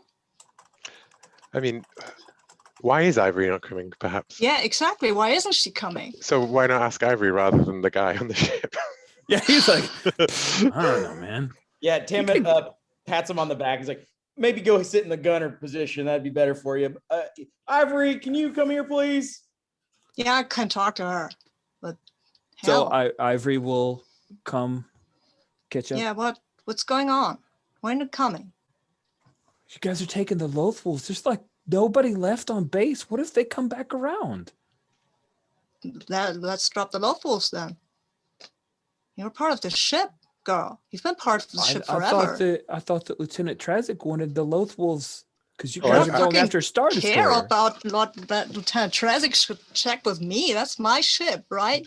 I honestly thought I was just saying yes to Ty Breely because I wouldn't have left the whole Loth Wolves behind, frankly. I thought Okay, it was just that's cool if you want to Plucky, talk to Plucky Kid Tyler and wants say, to join the crew to rescue back,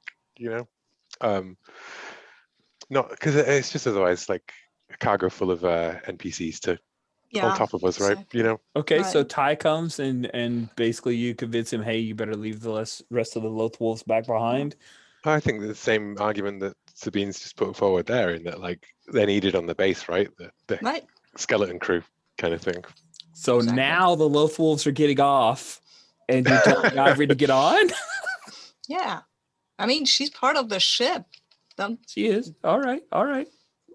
Damn Ivory it. says, okay. I mean, they really need an ATSD pilot, and I'm obviously the best. Yeah, But you okay. are, but you're part of this ship, girl.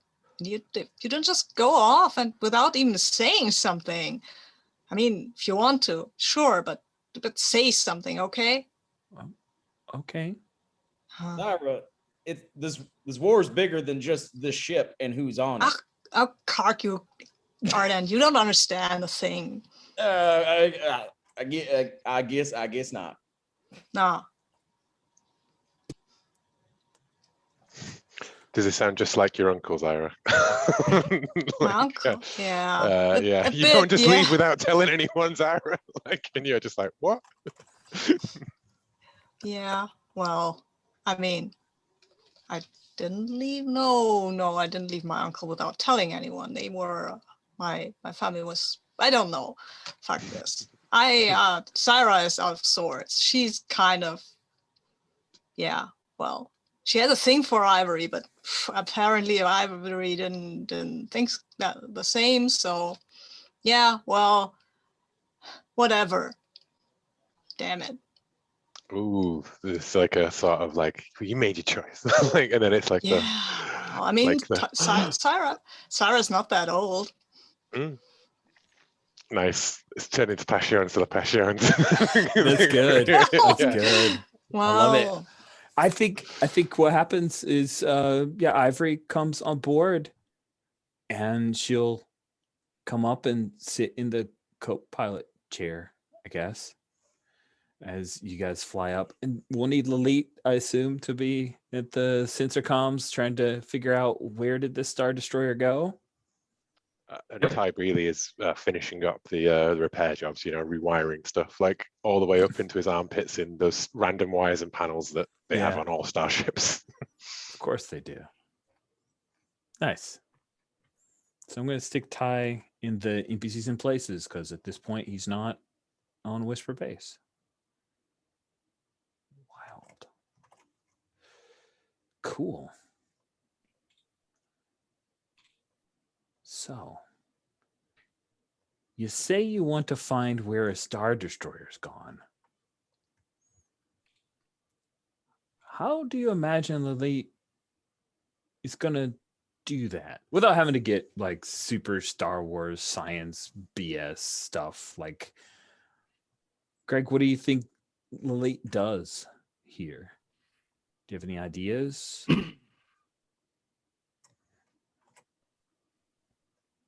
I think try and see if we can, follow their ion trail or whatever to get an idea of their trajectory, and knowing the likely hyperspace lanes leading away from the planet. Cool. All right. Make an informed decision based on that. All right. I'm going to say that is pretty much a very difficult action to accurately find them. So, success or fail, you think you know where they are and you're going to go there. It's just, are you on the right track, or are you going to realize soon after, oh, we probably are going to have to find some other way? And you are on Whisper Base, so maybe you can find traffic at some point. There are other options you have available, but I think this is the quickest, best action to make it happen right here, right now, as you've been ordered. So let's have you go ahead and make a very difficult action. Sabine, you were going to say something. I'm sorry. Yeah, I wanted to help because I know this ship pretty well, and I mean, you won the Tour de Minos on this ship, so you know it. Exactly. I wasn't doing the scanning on it, but still, I saw what Marseille was her name, right? Did so? Yeah, I have lots of good ideas. Okay. Sensors for the ship are 1D, and you'll be rolling 5D. So a total of 6D. Looking for a 25. Let's just throw a couple character points on that. Not a terrible idea.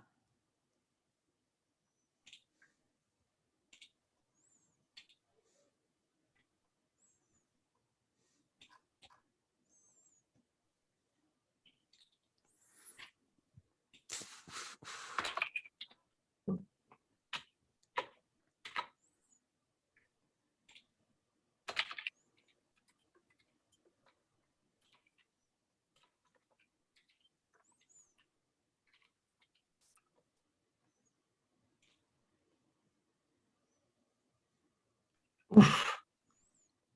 Oh, is that a 22 I see before me? It is. Let's blow a couple more character points. Couple more? You sure? Yep. And you Dang, can that's start out with one and then do the other one if it's needed. I suppose. up to you. We'll just add one then. All right, fair enough.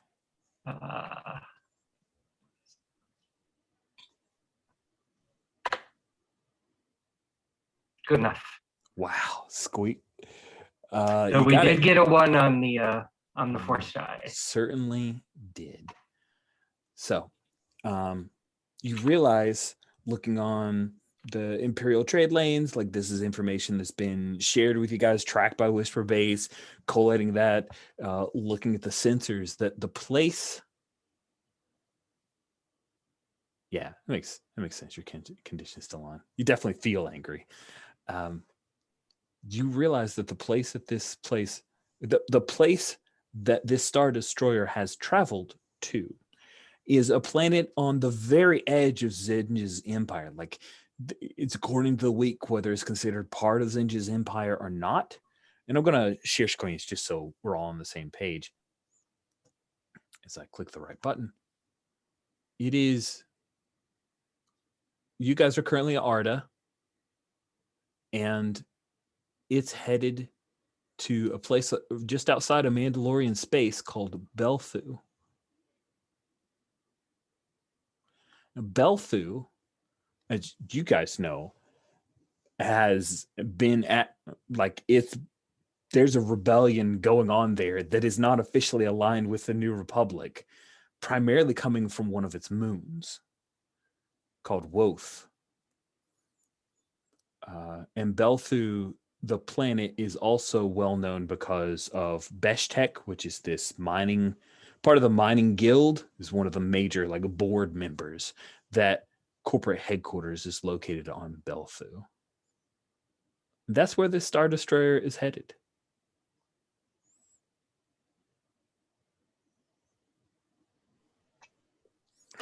That's already a complication. So there's your complication. All right. Well, I guess we punch it, right? Like hyperspace in. Hyperspace in. Yeah, okay. Yeah, that's a good idea. We hyperspace in. We don't even know where our guys are, though. I mean, hyperspacing in is. I'm all for hyperspacing into stuff. But They're in the Belthu system. I mean, Yeah, we have okay. to get to Belthu, Right. basically. I thought you meant to hyperspace into the moon and see what's what. Then, but No, yeah, are you okay. crazy? Have you seen what happens when you hyperspace into something? It's like the Star Wars nuke. It's kind of. I'm sorry. It's like, yeah, it's kind of a bit tricky. I've not seen that happen. Obviously, if I had seen that happen, I wouldn't be here. I've nearly hyperspaced into Arda, and you weren't that worried. And I'm punching some buttons, and we go. Yeah, drop of sweat trickling down Kel's face as he does that. Nice. And it's getting awfully hot in here, isn't it? So everybody takes off. You're going to be in hyperspace for at least a few hours. I mean, I imagine that's like several hours worth of travel. And Zyra, people get up, move around. Ivory hasn't left the co-pilot seat, and she waits until there's a moment where she can just talk to you, and she says, "Are you mad at me?" Of course I'm mad at you. Wasn't that clear? You were just gonna leave without even telling me. Come on, that's not. I thought we were friends or something. We are friends. Wait, well, You and went then on a you just- mission without me. I thought But I you told you wanted when we space. were going. Yeah, but I told you when we were going. Come on. You told me. I just thought that you were like you were done with me or something. I'm not done with you. I thought you were like, we haven't talked a lot since we took this thing. Yeah. Sorry, that maybe wasn't me. Okay, I guess. I'm not blaming you. I just Yeah. Okay.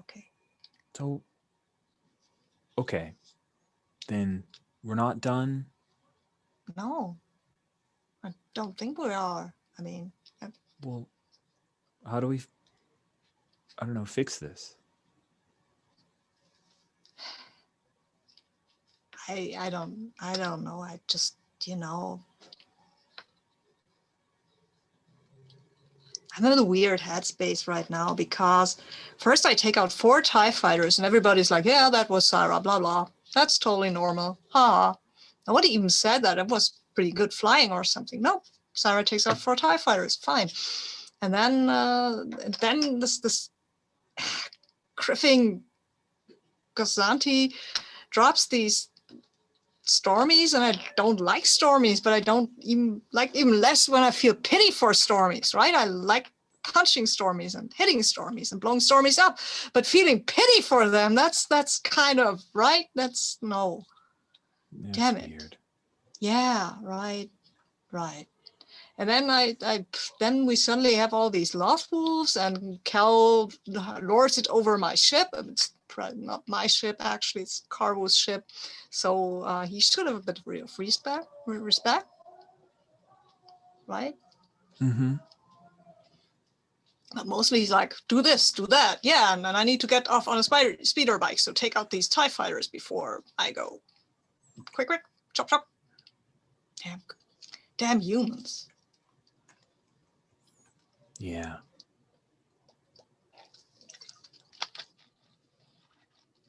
So you need your tier squad back? I don't know what I need. I just need to decompress a little, because it's all military and for the Republic and fight the Empire. Yeah. Don't know. I had fun doing this sports thing. That was fun. That was fun, Shockball. Also, this whole staying on planets gets on my nerves. Not a planet girl. Planets smell weird, all of them. You're not wrong. Is there something else? I feel like this isn't what's bothering you, and I don't really know how to help. Okay, I like you. Fine, I've said it. But you've got a thing with this other guy, so it's going nowhere anyway. Fine, let's just rescue some people, right? You like me? Yeah, I've liked you ever since we did the Minos cluster race. You mean you like me? Yeah, like you. I'm sorry, it's not the weak way to be totally open about this thing. You're not a weak way. Sure, I'm a weak way. You don't get to say that. I'm a weak way. You don't get to tell me what I'm or what I'm not. You're not a weak way. Grass is a weak way. I was raised as a weak way. Okay, well, I've just never been around another Ratataki, and I thought nobody cared if I was around anymore. Sorry, I didn't catch the last part. I thought nobody cared if I was around anymore. It changed. Everything changed. I miss Marseille and Karwu Yeah. and Yeah, me too. That was fun, right, with them. really fun. Let's do this, and maybe then we'll get back to see them. Figure out where this is going. Yeah. Cool. It's a plan. Okay. We have a plan. We have a plan. Me and you. Me and you. And I reach for a hand. Just see. Yeah. She smiles and she squeezes your hand back. Cool. Like it's a small gesture, but it's there. Cool. Awesome. So are there any scenes folks want to have to try to resolve conditions or just have a conversation before you wind up in the Belthu system? Not for Timid, I don't think. Okay.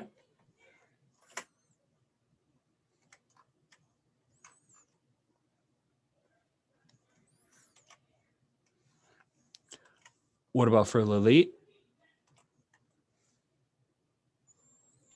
Maybe Yeah. try and patch yourself up now that we have some small amount of downtime at least. Yeah, good call. Just as a reminder, a few things here. Crap. Hold on.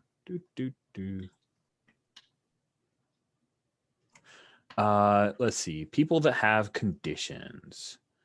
We have injured for Ranger Ardand. We have angry for Motivator. We have injured for Lilith. So Lilith, trying to patch yourself up. If you want to use a medpack TN10 medicine check to remove one condition. This is not a rush job, so you don't need to make a roll. You can just heal that condition by using your medpack. No problem.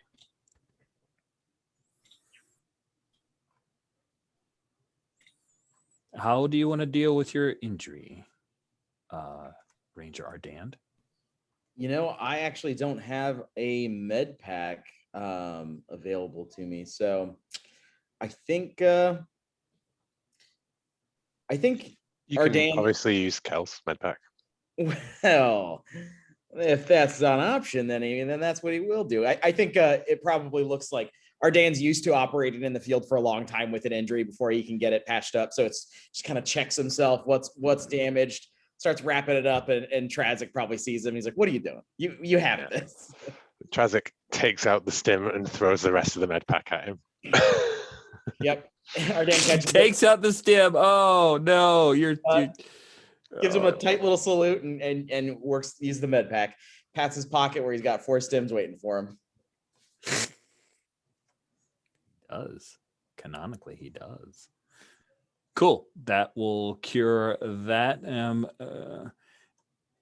Like part of me wants to say that the scene with Ivory would cure the angry condition for Zyra, but I think that technically refresh scenes are supposed to be with another character, like player character. So does anybody want to check in on Zyra after Ivory heads out at some point? I will. Yeah, I'll stop in. Cool. Knock, knock, knock. Is it all right if I come in? Yeah, sure. Come in. Zyra, how you feeling, kid? Yeah, I'm still a little fumey, I guess. Like, yeah, I still don't like the the way the Empire treats their people. I mean, obviously they're evil, but that just dropping people in to die, that's kind of, I don't know. I mean, I've heard about stuff like that, obviously, but still. It's awful, and that's why we're out here fighting this fight. But it's exhausting, and I understand that, Zyra. You're not a soldier. I'm a mercenary, Brad. So we've asked a lot of you. You've done a lot. You're a hell of a pilot, Zyra. You're a complete asset to this team, and I hope you understand how much we rely on you for damn near everything inside one of these things. Yeah, I know how much you rely on me on damn near everything. I wish that Cal wouldn't just take it for granted that I'm here and that the ship is here. That's all I'm saying. I hear that. The thing about the lieutenant and really anybody in command is we are the way this whole war works. We offer ourselves up as resources to the team for the goal, and they have to be able to rely on us like that. And it might hurt in the time, and it might get frustrating in the moment. You kind of understand that that's what you signed up for. And again, I know that you didn't sign up for this. I did sign up. Hello, Cat. I did sign up for this, though. I mean, I came and said, I'll be your pilot if you pay my Popsy's medical bills. And then I said, I'll be your pilot. I did that. I know I signed up for this, but still. That's a different job. You're right, Zyra. You signed up for it. I wasn't roped into this if I didn't want to be here, I wouldn't be here. Just, sometimes I just wish somebody would say good job or something like that, okay? That's all. Zyra, great job. You've done nothing but great work. I'm hugging you. And I ask before, I say, I'm hugging you now. That's okay. Tammet has his arms down kind of at his sides, like he hasn't hugged in a while. Yeah, go. It's okay, kid. He pats your back and kind of holds you. All right. Well, I better take this scope off this carbine here. I don't think I'm going to need any sniping in the corridors of this here Star Destroyer. So I better get back there and get to work. Yeah. And good job firing at these bozos. Even if you didn't hit them straight on, it was good. You laid in a good cover. So couldn't have done it without you. Appreciate that, Zyra. Appreciate that. And Tammet kind of nods and leaves her to the cockpit. Nice. You can definitely, if you choose to not be angry anymore, resolve that condition that would affect you. That was great. That was really good. Good work. Checking in on our lieutenant. Anything you need? No, I mean, honestly, like Kel is just focused on you've got to save people, right? Like we've got to go get our guys back. So that's all Kel's focused on, stripping ready guns, like that armor smoking thing, and just waiting. No particular character moments needed on the flight, Mm-hmm. Maybe like if you see Kel, he's helping Ty Breely like weld something shut, right? And and they're exchanging things like, yeah, like that girl's a hell of a pilot. Like took out these 4 TIE fighters, like flew down by the thing. Like it's incredible. Like and Arden, well, I ain't been shooting like that since well, not since your uncle. And well, if your uncle was here on Hoth, like wow, yeah. And he's like, what's that cupboard? And I'm like, oh, that's the brig. Case can tell you all about the brig. And I think he'd like lean in at one point, like run his fingers up, like this doesn't look very secure. Yeah. I'm happy with that though. You know, like no need to delve deeper into recapping the stuff that happened. Yeah, it's just one of those. This doesn't look very secure, and we cut away from that. You guys come out of hyperspace, and you're in the Belthu system, and sure enough, there she is, parked in orbit above Belthu, kind of positioned between Belthu and its moon, Woth, which again, Woth is the low atmosphere planet where they have their own rebellion. They've kind of kicked the Imperials off of that moon at this point and declared independence.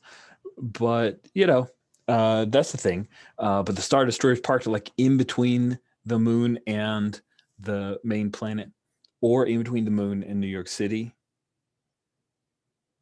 Pause for song. That's a song lyric. It's fine.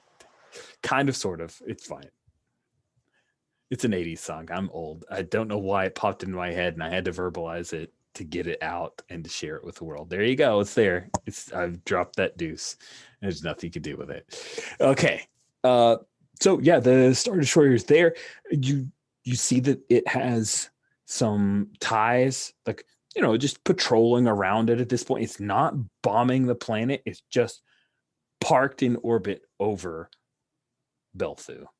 Belthu is an industrialized planet. It has Beshtek, which is, I mean, Beshtek's so big it kind of runs the planet, but it doesn't want to put resources to government, so it lets people elect officials who still kowtow to Beshtek and all that good stuff.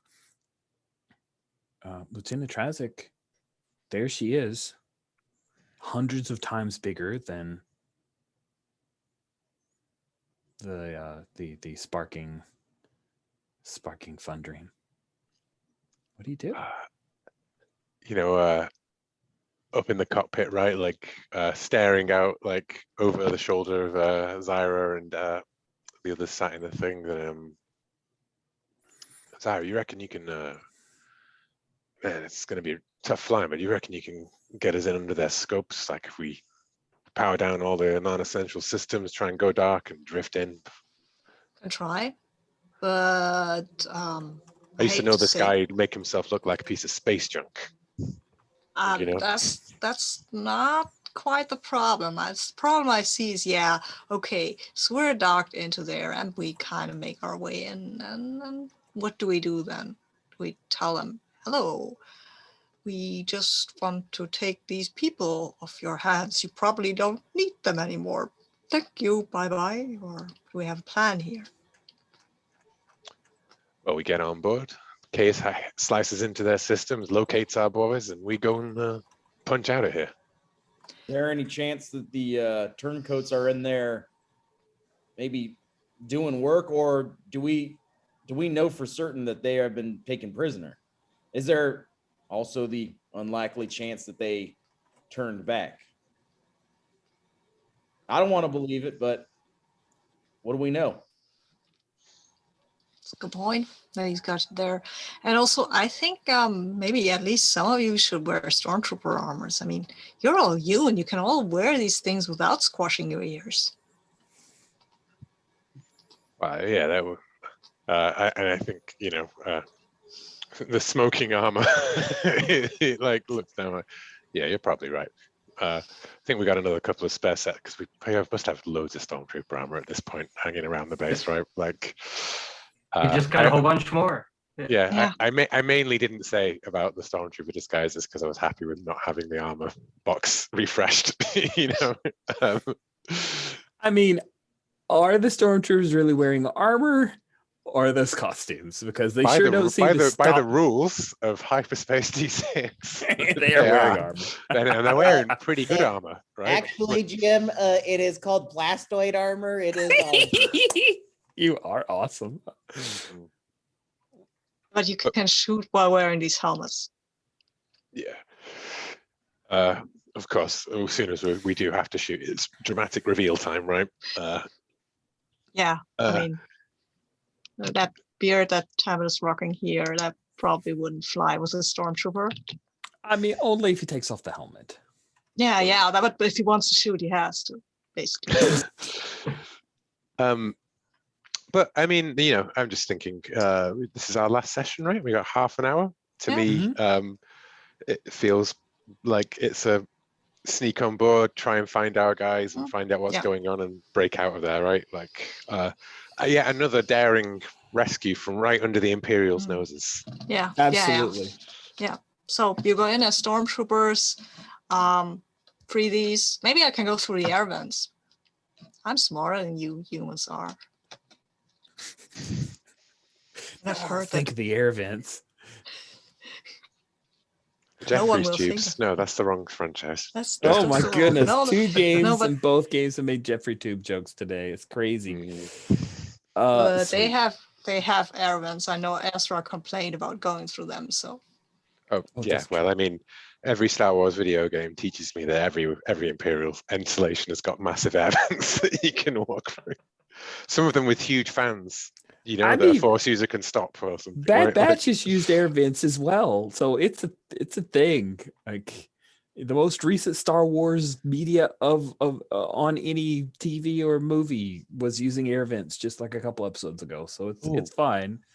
Can now, you know, stop me if anyone has any better ideas for stuff, but like perhaps, right, rather than like try and go in through the hangar and like have to bluff and blah blah blah, like if we come in close and think we can go in via the trash compactor,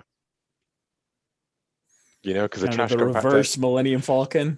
yeah, the trash compactor like shoots you out into space, right? So like if we can dock silently and then break in via the trash compactor and then just come out like, yeah, just be careful. Sometimes they have things in there, right? Parasites, worms. you've been listening to Solo. That's a whole. I don't believe that guy one bit. Buy an ogre and a trash I compactor. don't know him, but I've heard stories. You know.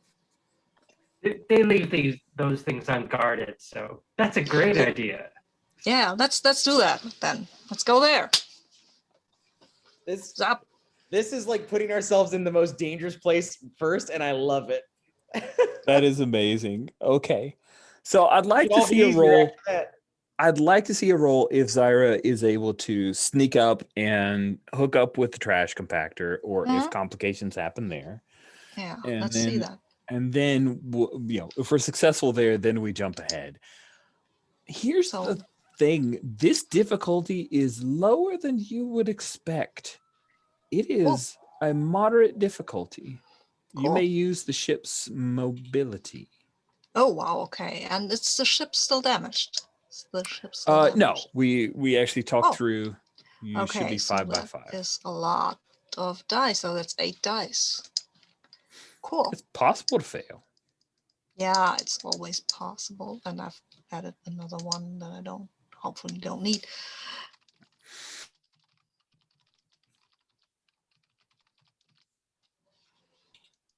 Let's see. It goes. That's a 26. So. Yeah, you slide right in, maybe coming up by the engines first, right? Because they're not going to have a whole lot of sensors right on the aft of the ship, and you sidle up to the area just on the vent side where they've got a port set up for one of the trash compactors.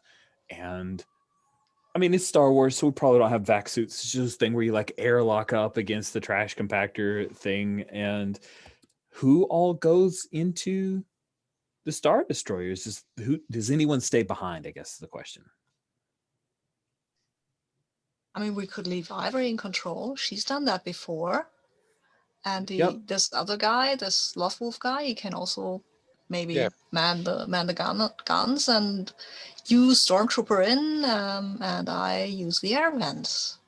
Yeah, I'm imagining Ty Breely's like the one who's like at the door, you know, like behind this sort of like tube that we've got, like a you know, inflatable tube type entranceway onto the trash compactor. You got like this like umbilical type tube that you guys got to move through.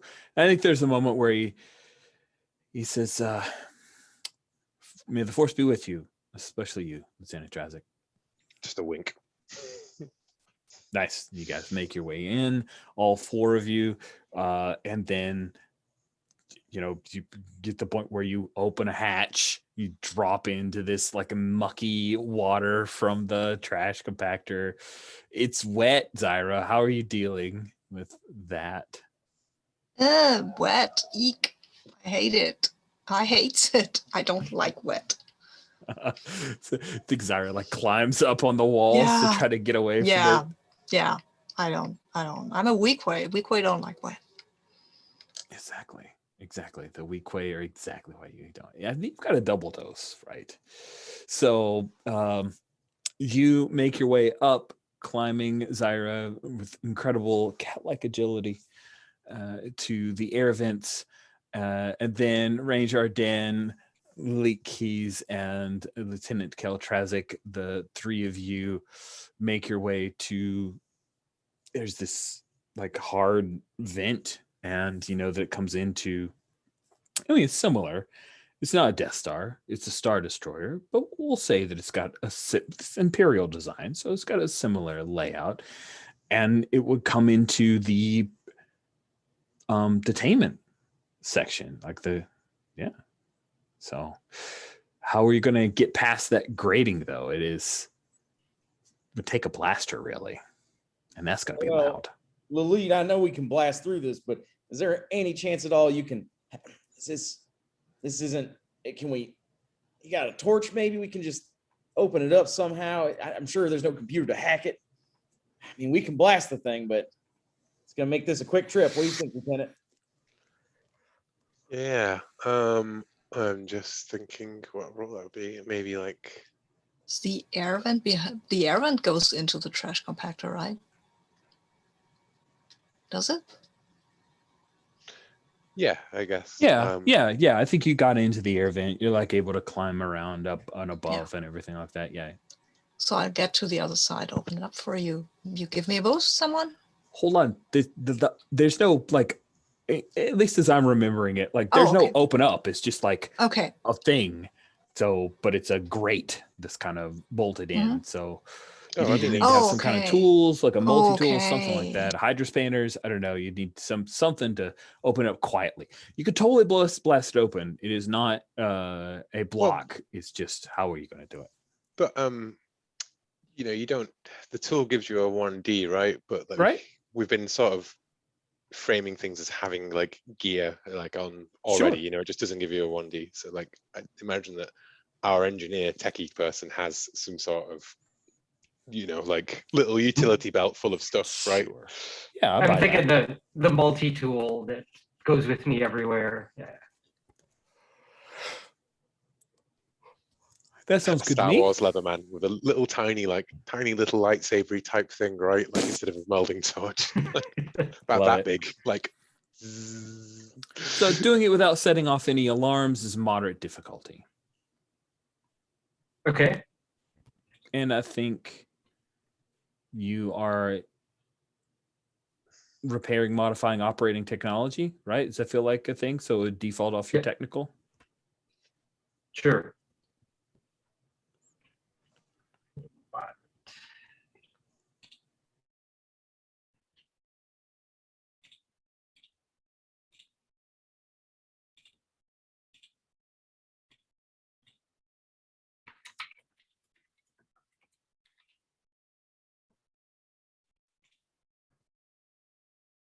Ooh, 15 with the 6.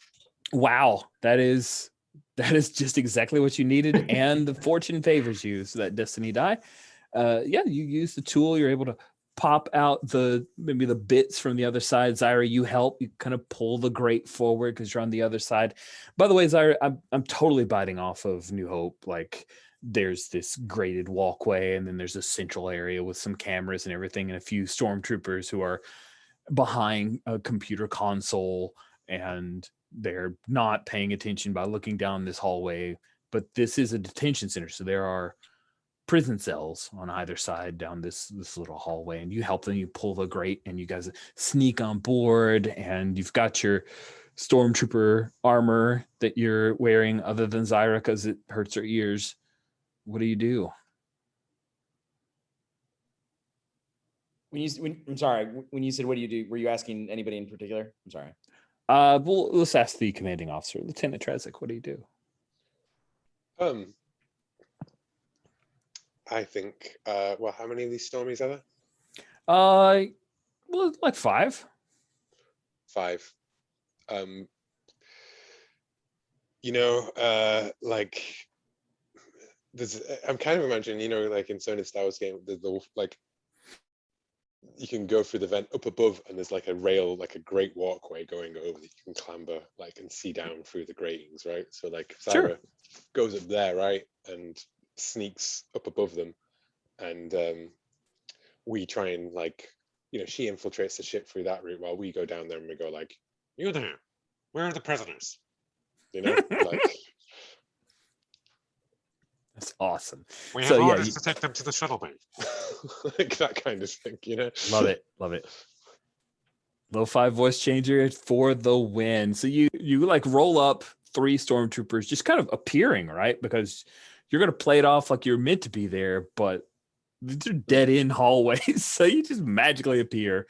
I think that's going to affect your difficulty. Mm-hmm. You're set up. You've got guns. You've got sniper position.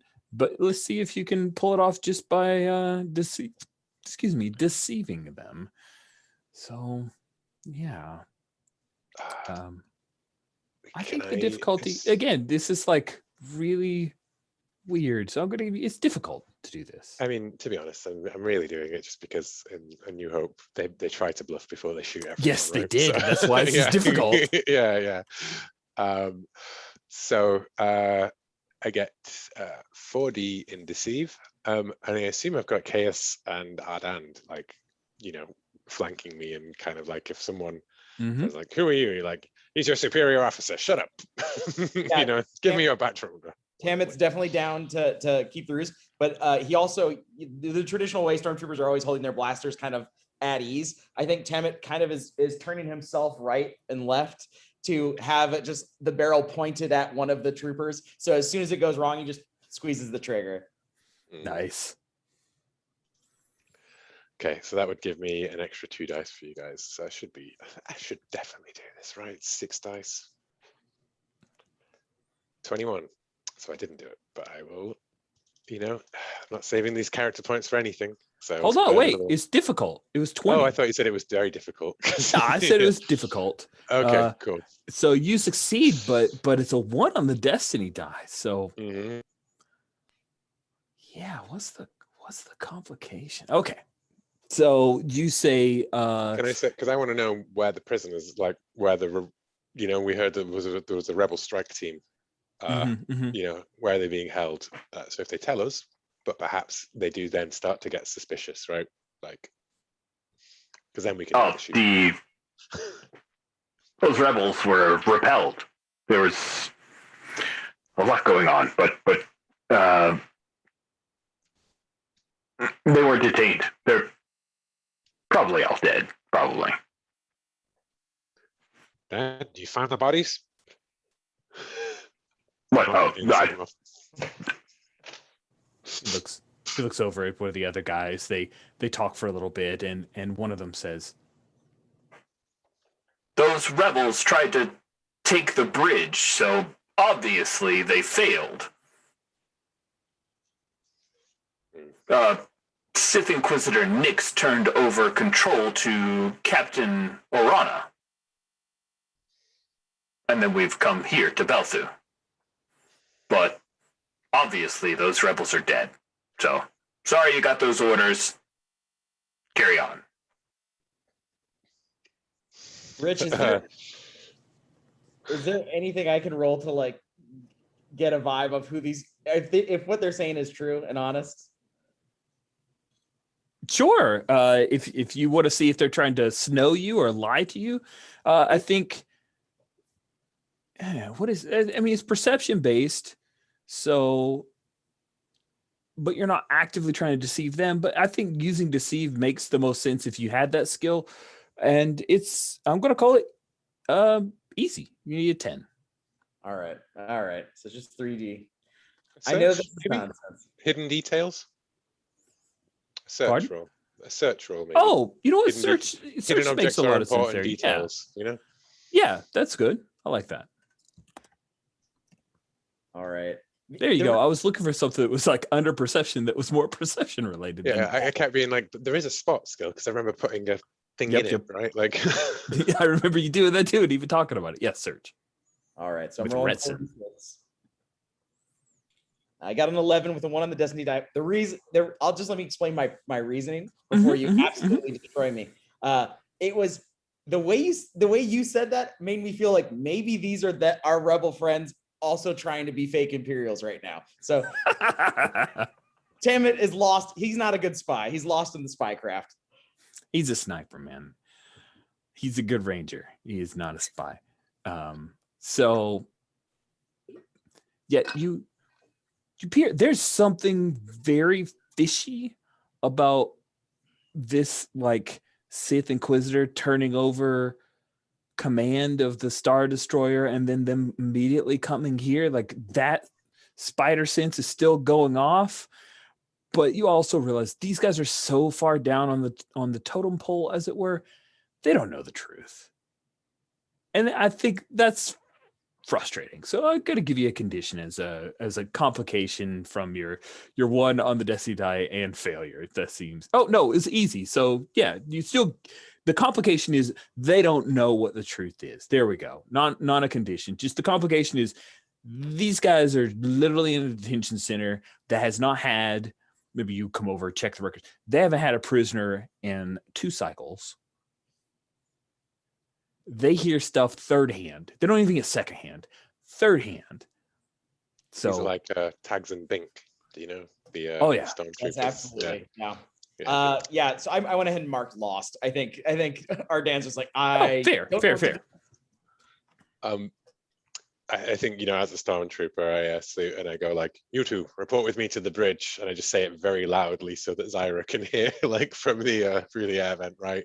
But the camera Yes, like, sir. shows us turning around, and there's a moment as you guys march out, where the stormtroopers like look at each other, and one of them says, I wish I could go to the bridge. bam, you just like jump ahead. We have Zyra. Take them with you. Damn it. They have the cleanest uniforms because they've just Yeah. never actually been shot at or shot anything. It's just, yeah. Yeah, still. So I didn't sign up for the Empire to do this. Cool. So you guys march along. There's just the 3 of you. And I think you're going to make your way all the way to the bridge. And it's just a lot of hard work, Zyra. Like they're just walking. You've got to like find cross connections. There's points where you get a little lost and you have to double back and you're crawling hard. You're getting dirty too. we get on the turbo lift, right? Like as we go, and then you just hear a clunk on the roof of it as it goes up. Yeah. Yes. Love it. Oh, it's not only you in the turbo lift, so I can look down and say, you wish you had taken these 2 chuckleheads with you, then I could have checked their computer. Yeah, but then we'd have to guess with it, Zyra. Oh, come on, in the turbo lift, 3 of you, 2 stormtroopers. You're serious now. Okay, fine. I'm fine up here. It's fun in the events. Cal presses the button and dun dun dun dun dun dun dun dun. It's more like do do do do do do do. Elevator music of Vader's theme is totally what happens right then and there. It's great. That is great. Eventually, doors open up and down the long hallway towards the bridge. And remember, like if you guys are thinking about, and again, I'm not a Star Wars expert, but Star Destroyer, long triangle, it's got that big kind of tower. And I imagine the tower is where you're headed, right? That's where the command group is. If you remember, there was like an A-wing that like went and landed into that. Yeah, we've got the big open windows that are like just perfect for ramming a spaceship into. Yeah. Yeah. Absolutely. And so you guys come out of the turbo lift and there's this long hallway and you see there are a pair of stormtroopers, and these stormtroopers are wearing like badass death trooper armor. They look scary and they're standing on guard like right outside of the bridge, right? You know, the bridge is on the other side of the door. So the 3 of you wearing, sorry, but you know, regular stormtrooper armor. What do you do? Here to see the we're here to see the Inquisitor. The Inquisitor is no longer on board. We've been told to report to the bridge. And I think that's where we'll have you make your deceive roll. This will be difficult. Okay. Getting help from the other two? I want to see what Lee's doing. Lee, how are you supporting this lie? When Technobabble? Like, when they say the Inquisitor is no longer here, I'll sort of turn and try and talk into my mic and look back up and point towards the bridge and indicate that the orders still stand. Cool. Yeah. All right. technician HH45 needs to go and fix the panel. There's a loose wiring there. So I will roll 66 again. Hopefully get a better roll than last time. I do get a better roll than last time. I get 21. Okay. So is it very difficult, did you say this time? No, I said it was difficult.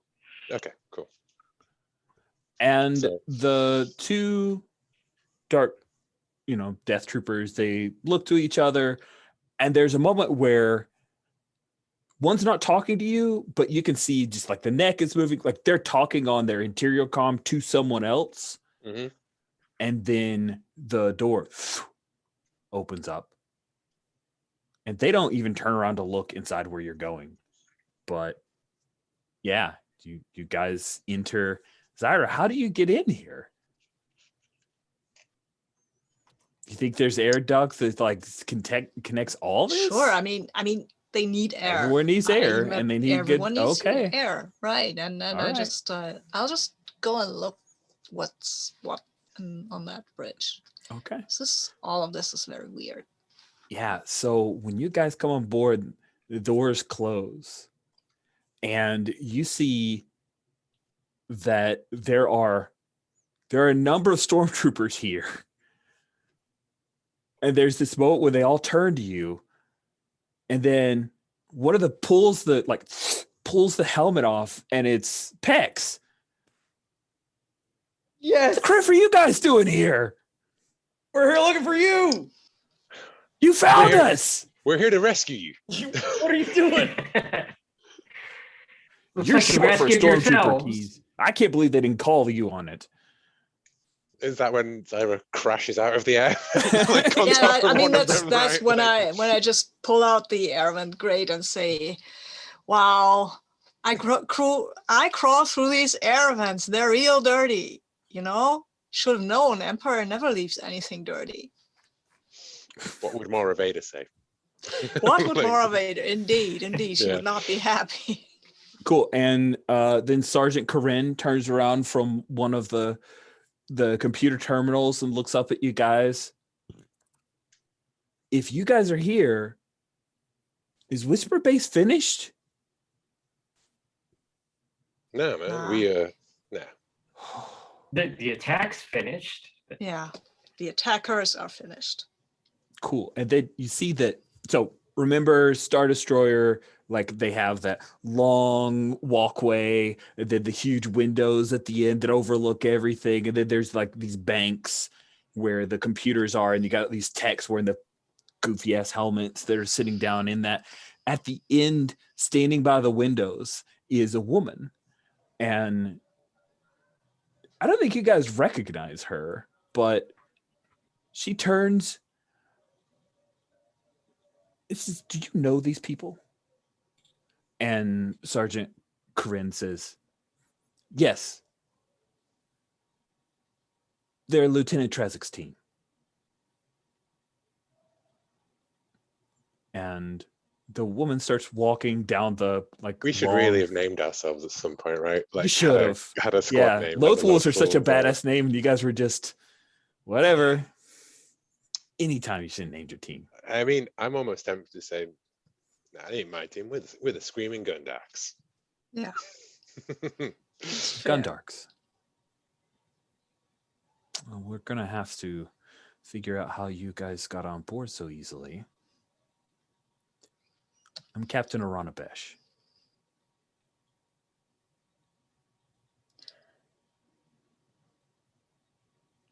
Okay. And Hashtag, huh? yeah, I hear you're. I hear down from my uncle that your sister's a real hellraiser. she is. I really look up to her. We're running a long con, but it may end up being a short con. The Imperial Inquisitor who was in charge of the Star Destroyer left. And so we're running the ship from here. Thank the stars for Pex and so she like there's a moment you could see that she doesn't know these guys like you guys do. So she just kind of takes a moment, Pex and Pag, and that's when Tamit and Zyra, you guys recognize you realize Private Baku isn't here. But yeah, Pag's like slipped off his stormtrooper helmet. Renzi Tosh is here. But it looks like they're on the bridge, kind of shadow running this Star Destroyer, filled with Imperials. Oh, nice. Sounds cool. Who's in the Death Trooper armor outside? Oh, yeah, there's a moment where, yeah, those are actual Death Troopers. You hear the whine of a blaster rifle like powering up, right? Like, yeah. They close the door, like they think they're actually guarding the captain, is what Besh says. And she says, "You guys, I'm here to kill my father and take care of Besh Tech. I mean, I hope I don't have to kill him, but I'm probably going to have to kill him." Anything we can do to help? I'm sure we Wow. can figure something out. And I think maybe, like, are we near end? Is that it? I Sure mean, we can figure something out? Yeah. I like that as an ending, Yeah. right? Like, Yeah. It's a cliffhanger Yeah. for sure. Yeah, I like that. Good. because now we're in like secret. It feels very much like a Rogue Squadron book or a Race Squadron one. Like, I'm pretty Yes. sure they do a very similar thing in one of the books, like take over an Imperial unit and run it as their own one, like pretending to be them. Yep. That's exactly what's going on. Is Orana Besh, the youngest of the Besh sisters, is taking over this Star Destroyer and is trying to force Besh Tech to stop helping out the Imperials. So it's now not a we've got great idea.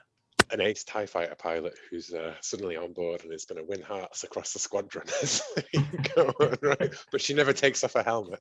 Like, Sweet. So that is our end. It's almost like a weird prequel for a different story, but I love it. Oh man, this good stuff. You guys are awesome. I applaud you for like, no, you're gonna go hunt them down. That's insane. How do I do this? Okay, this is how it's gonna go. This is crazy. I love it. Cool. So let's quickly move to end of session stuff. I'm gonna say 6 character points for everybody. Usually give out 5. I'm giving out 6 because it's the end of the series, just for fun. Hey, you know what that means, though. What does it mean? It means I have 20 character points. I don't. I mean, okay. So you have 20 character points. What does that mean? What are you gonna That do with means- 20 character points? I will spend them to go get the force stuff. You know what that means? I will unlock the force. Yes, that seems like something I'd do because ace pilot.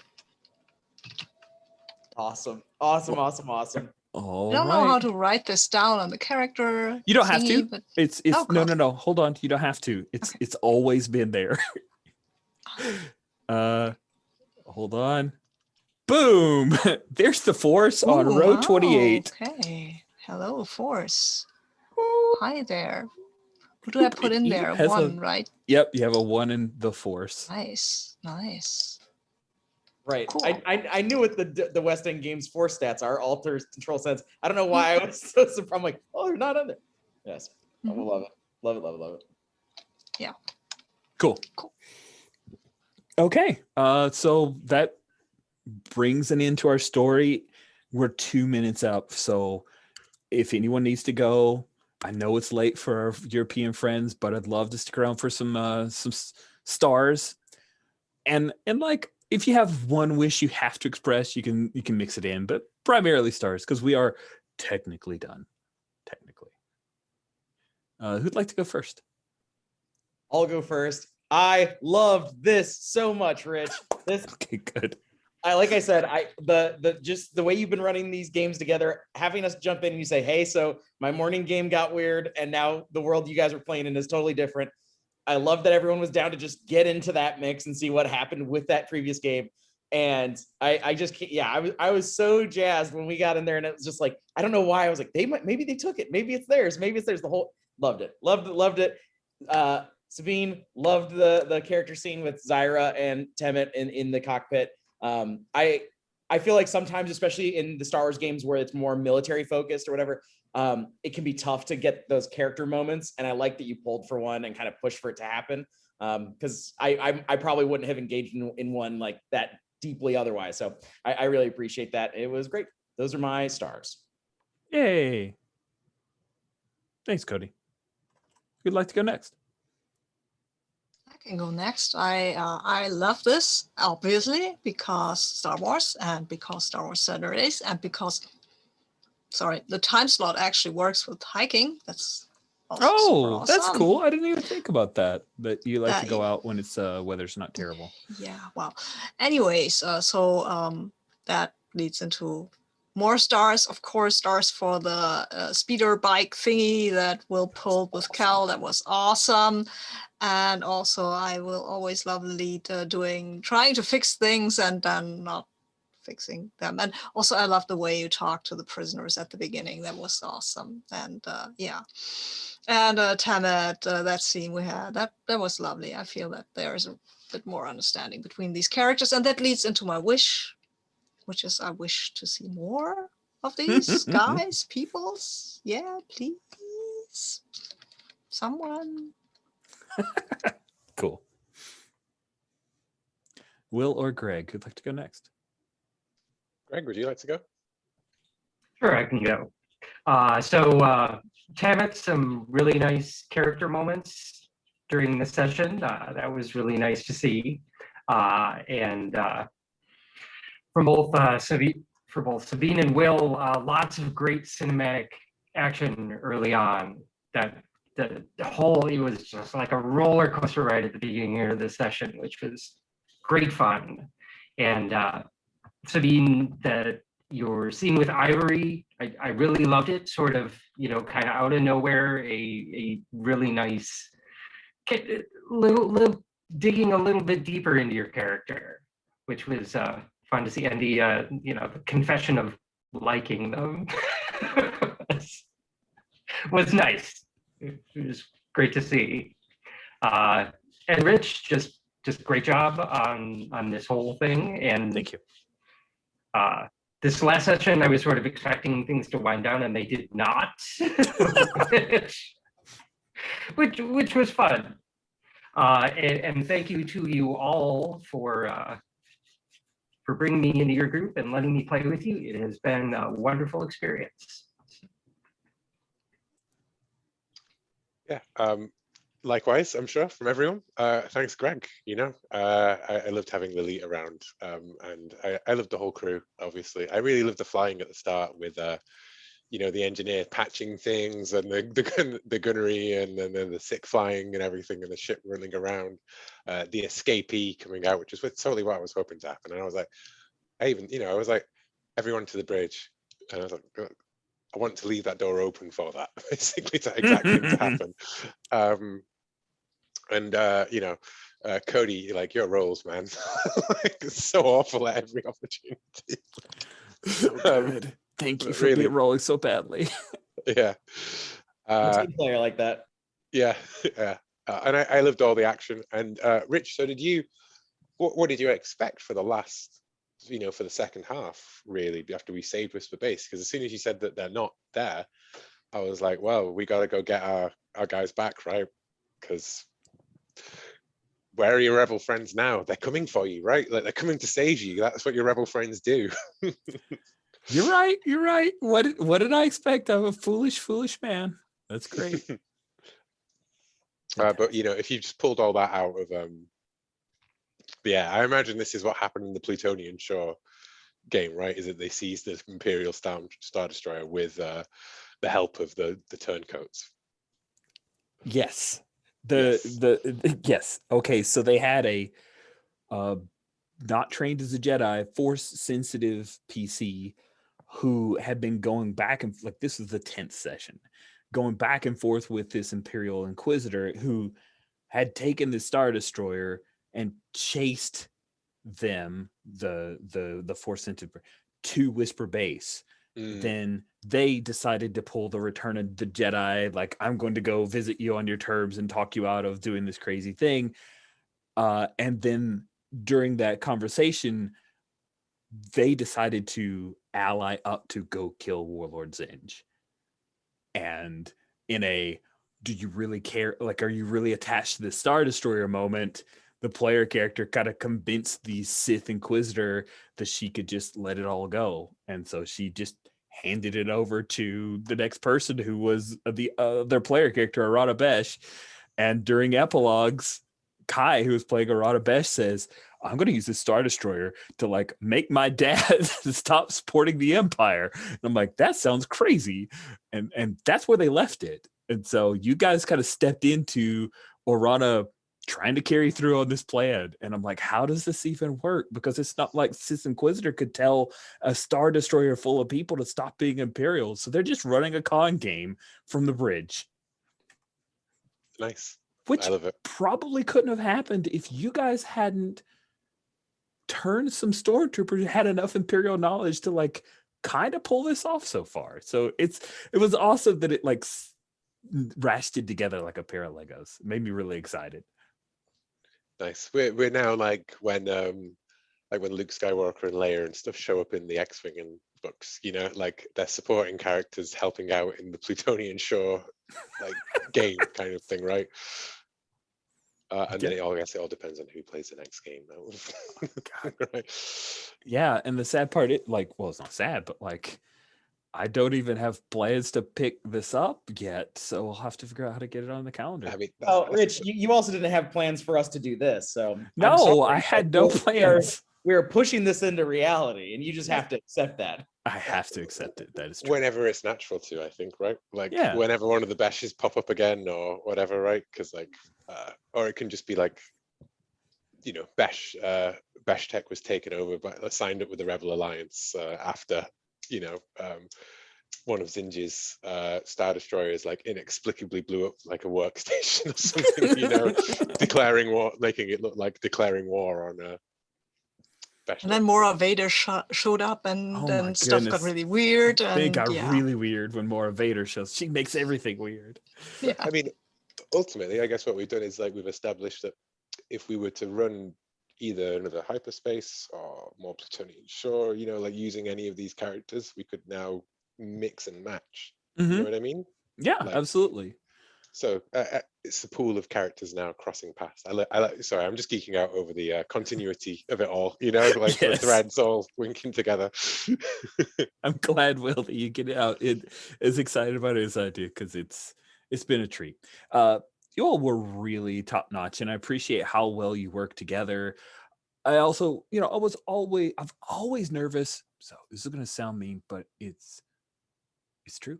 Indie gamers and military stuff is hard because indie gamers, nobody wants to be the boss and no one wants to take orders. They all just want to go off and like their own little flighty things and do weird, randomness. And that's fine. But it also means if I want to run like a Star Wars game, which has these missions and all this other stuff, it can be real hard. But you guys fell in line, and Will was just enough of like playing the leader to where it had a form or a shape. But everybody got cool highlight shining moments. I think it was really, really fun all the way through to see people just take hold of their characters and do awesome things. And everybody had a good niche, and I really had a good time with this. So See, the thank you all. benefit, Rich, is Will, I think, actually GM'd my first game with the Gauntlet back on GauntletCon 2019. So I'm just used to listening to him tell me what to do. It's a There you natural, go. That's it. it's a natural dynamic for me and Will. Is I'm just like, oh no, he'll tell me what to do. I will listen. I will go. What game was that? I can't remember. It was Cthulhu. It was the Red Tower. I think it was Cthulhu. Oh, Cthulhu Dark. Yeah. Oh snap! That's wild. That was awesome. the first time I ran that for the Gauntlet. That was great. Good. All right. Well, I will bring the recording to a close. Thank you all so much for sticking around for a little bit of stars. Thank you for the 5-session wonderfulness that was this crazy hyperspace game. Getting to play some old Star Wars D6 with a much lighter, more streamlined system was great. So thank you all. And I'll stop the recording here.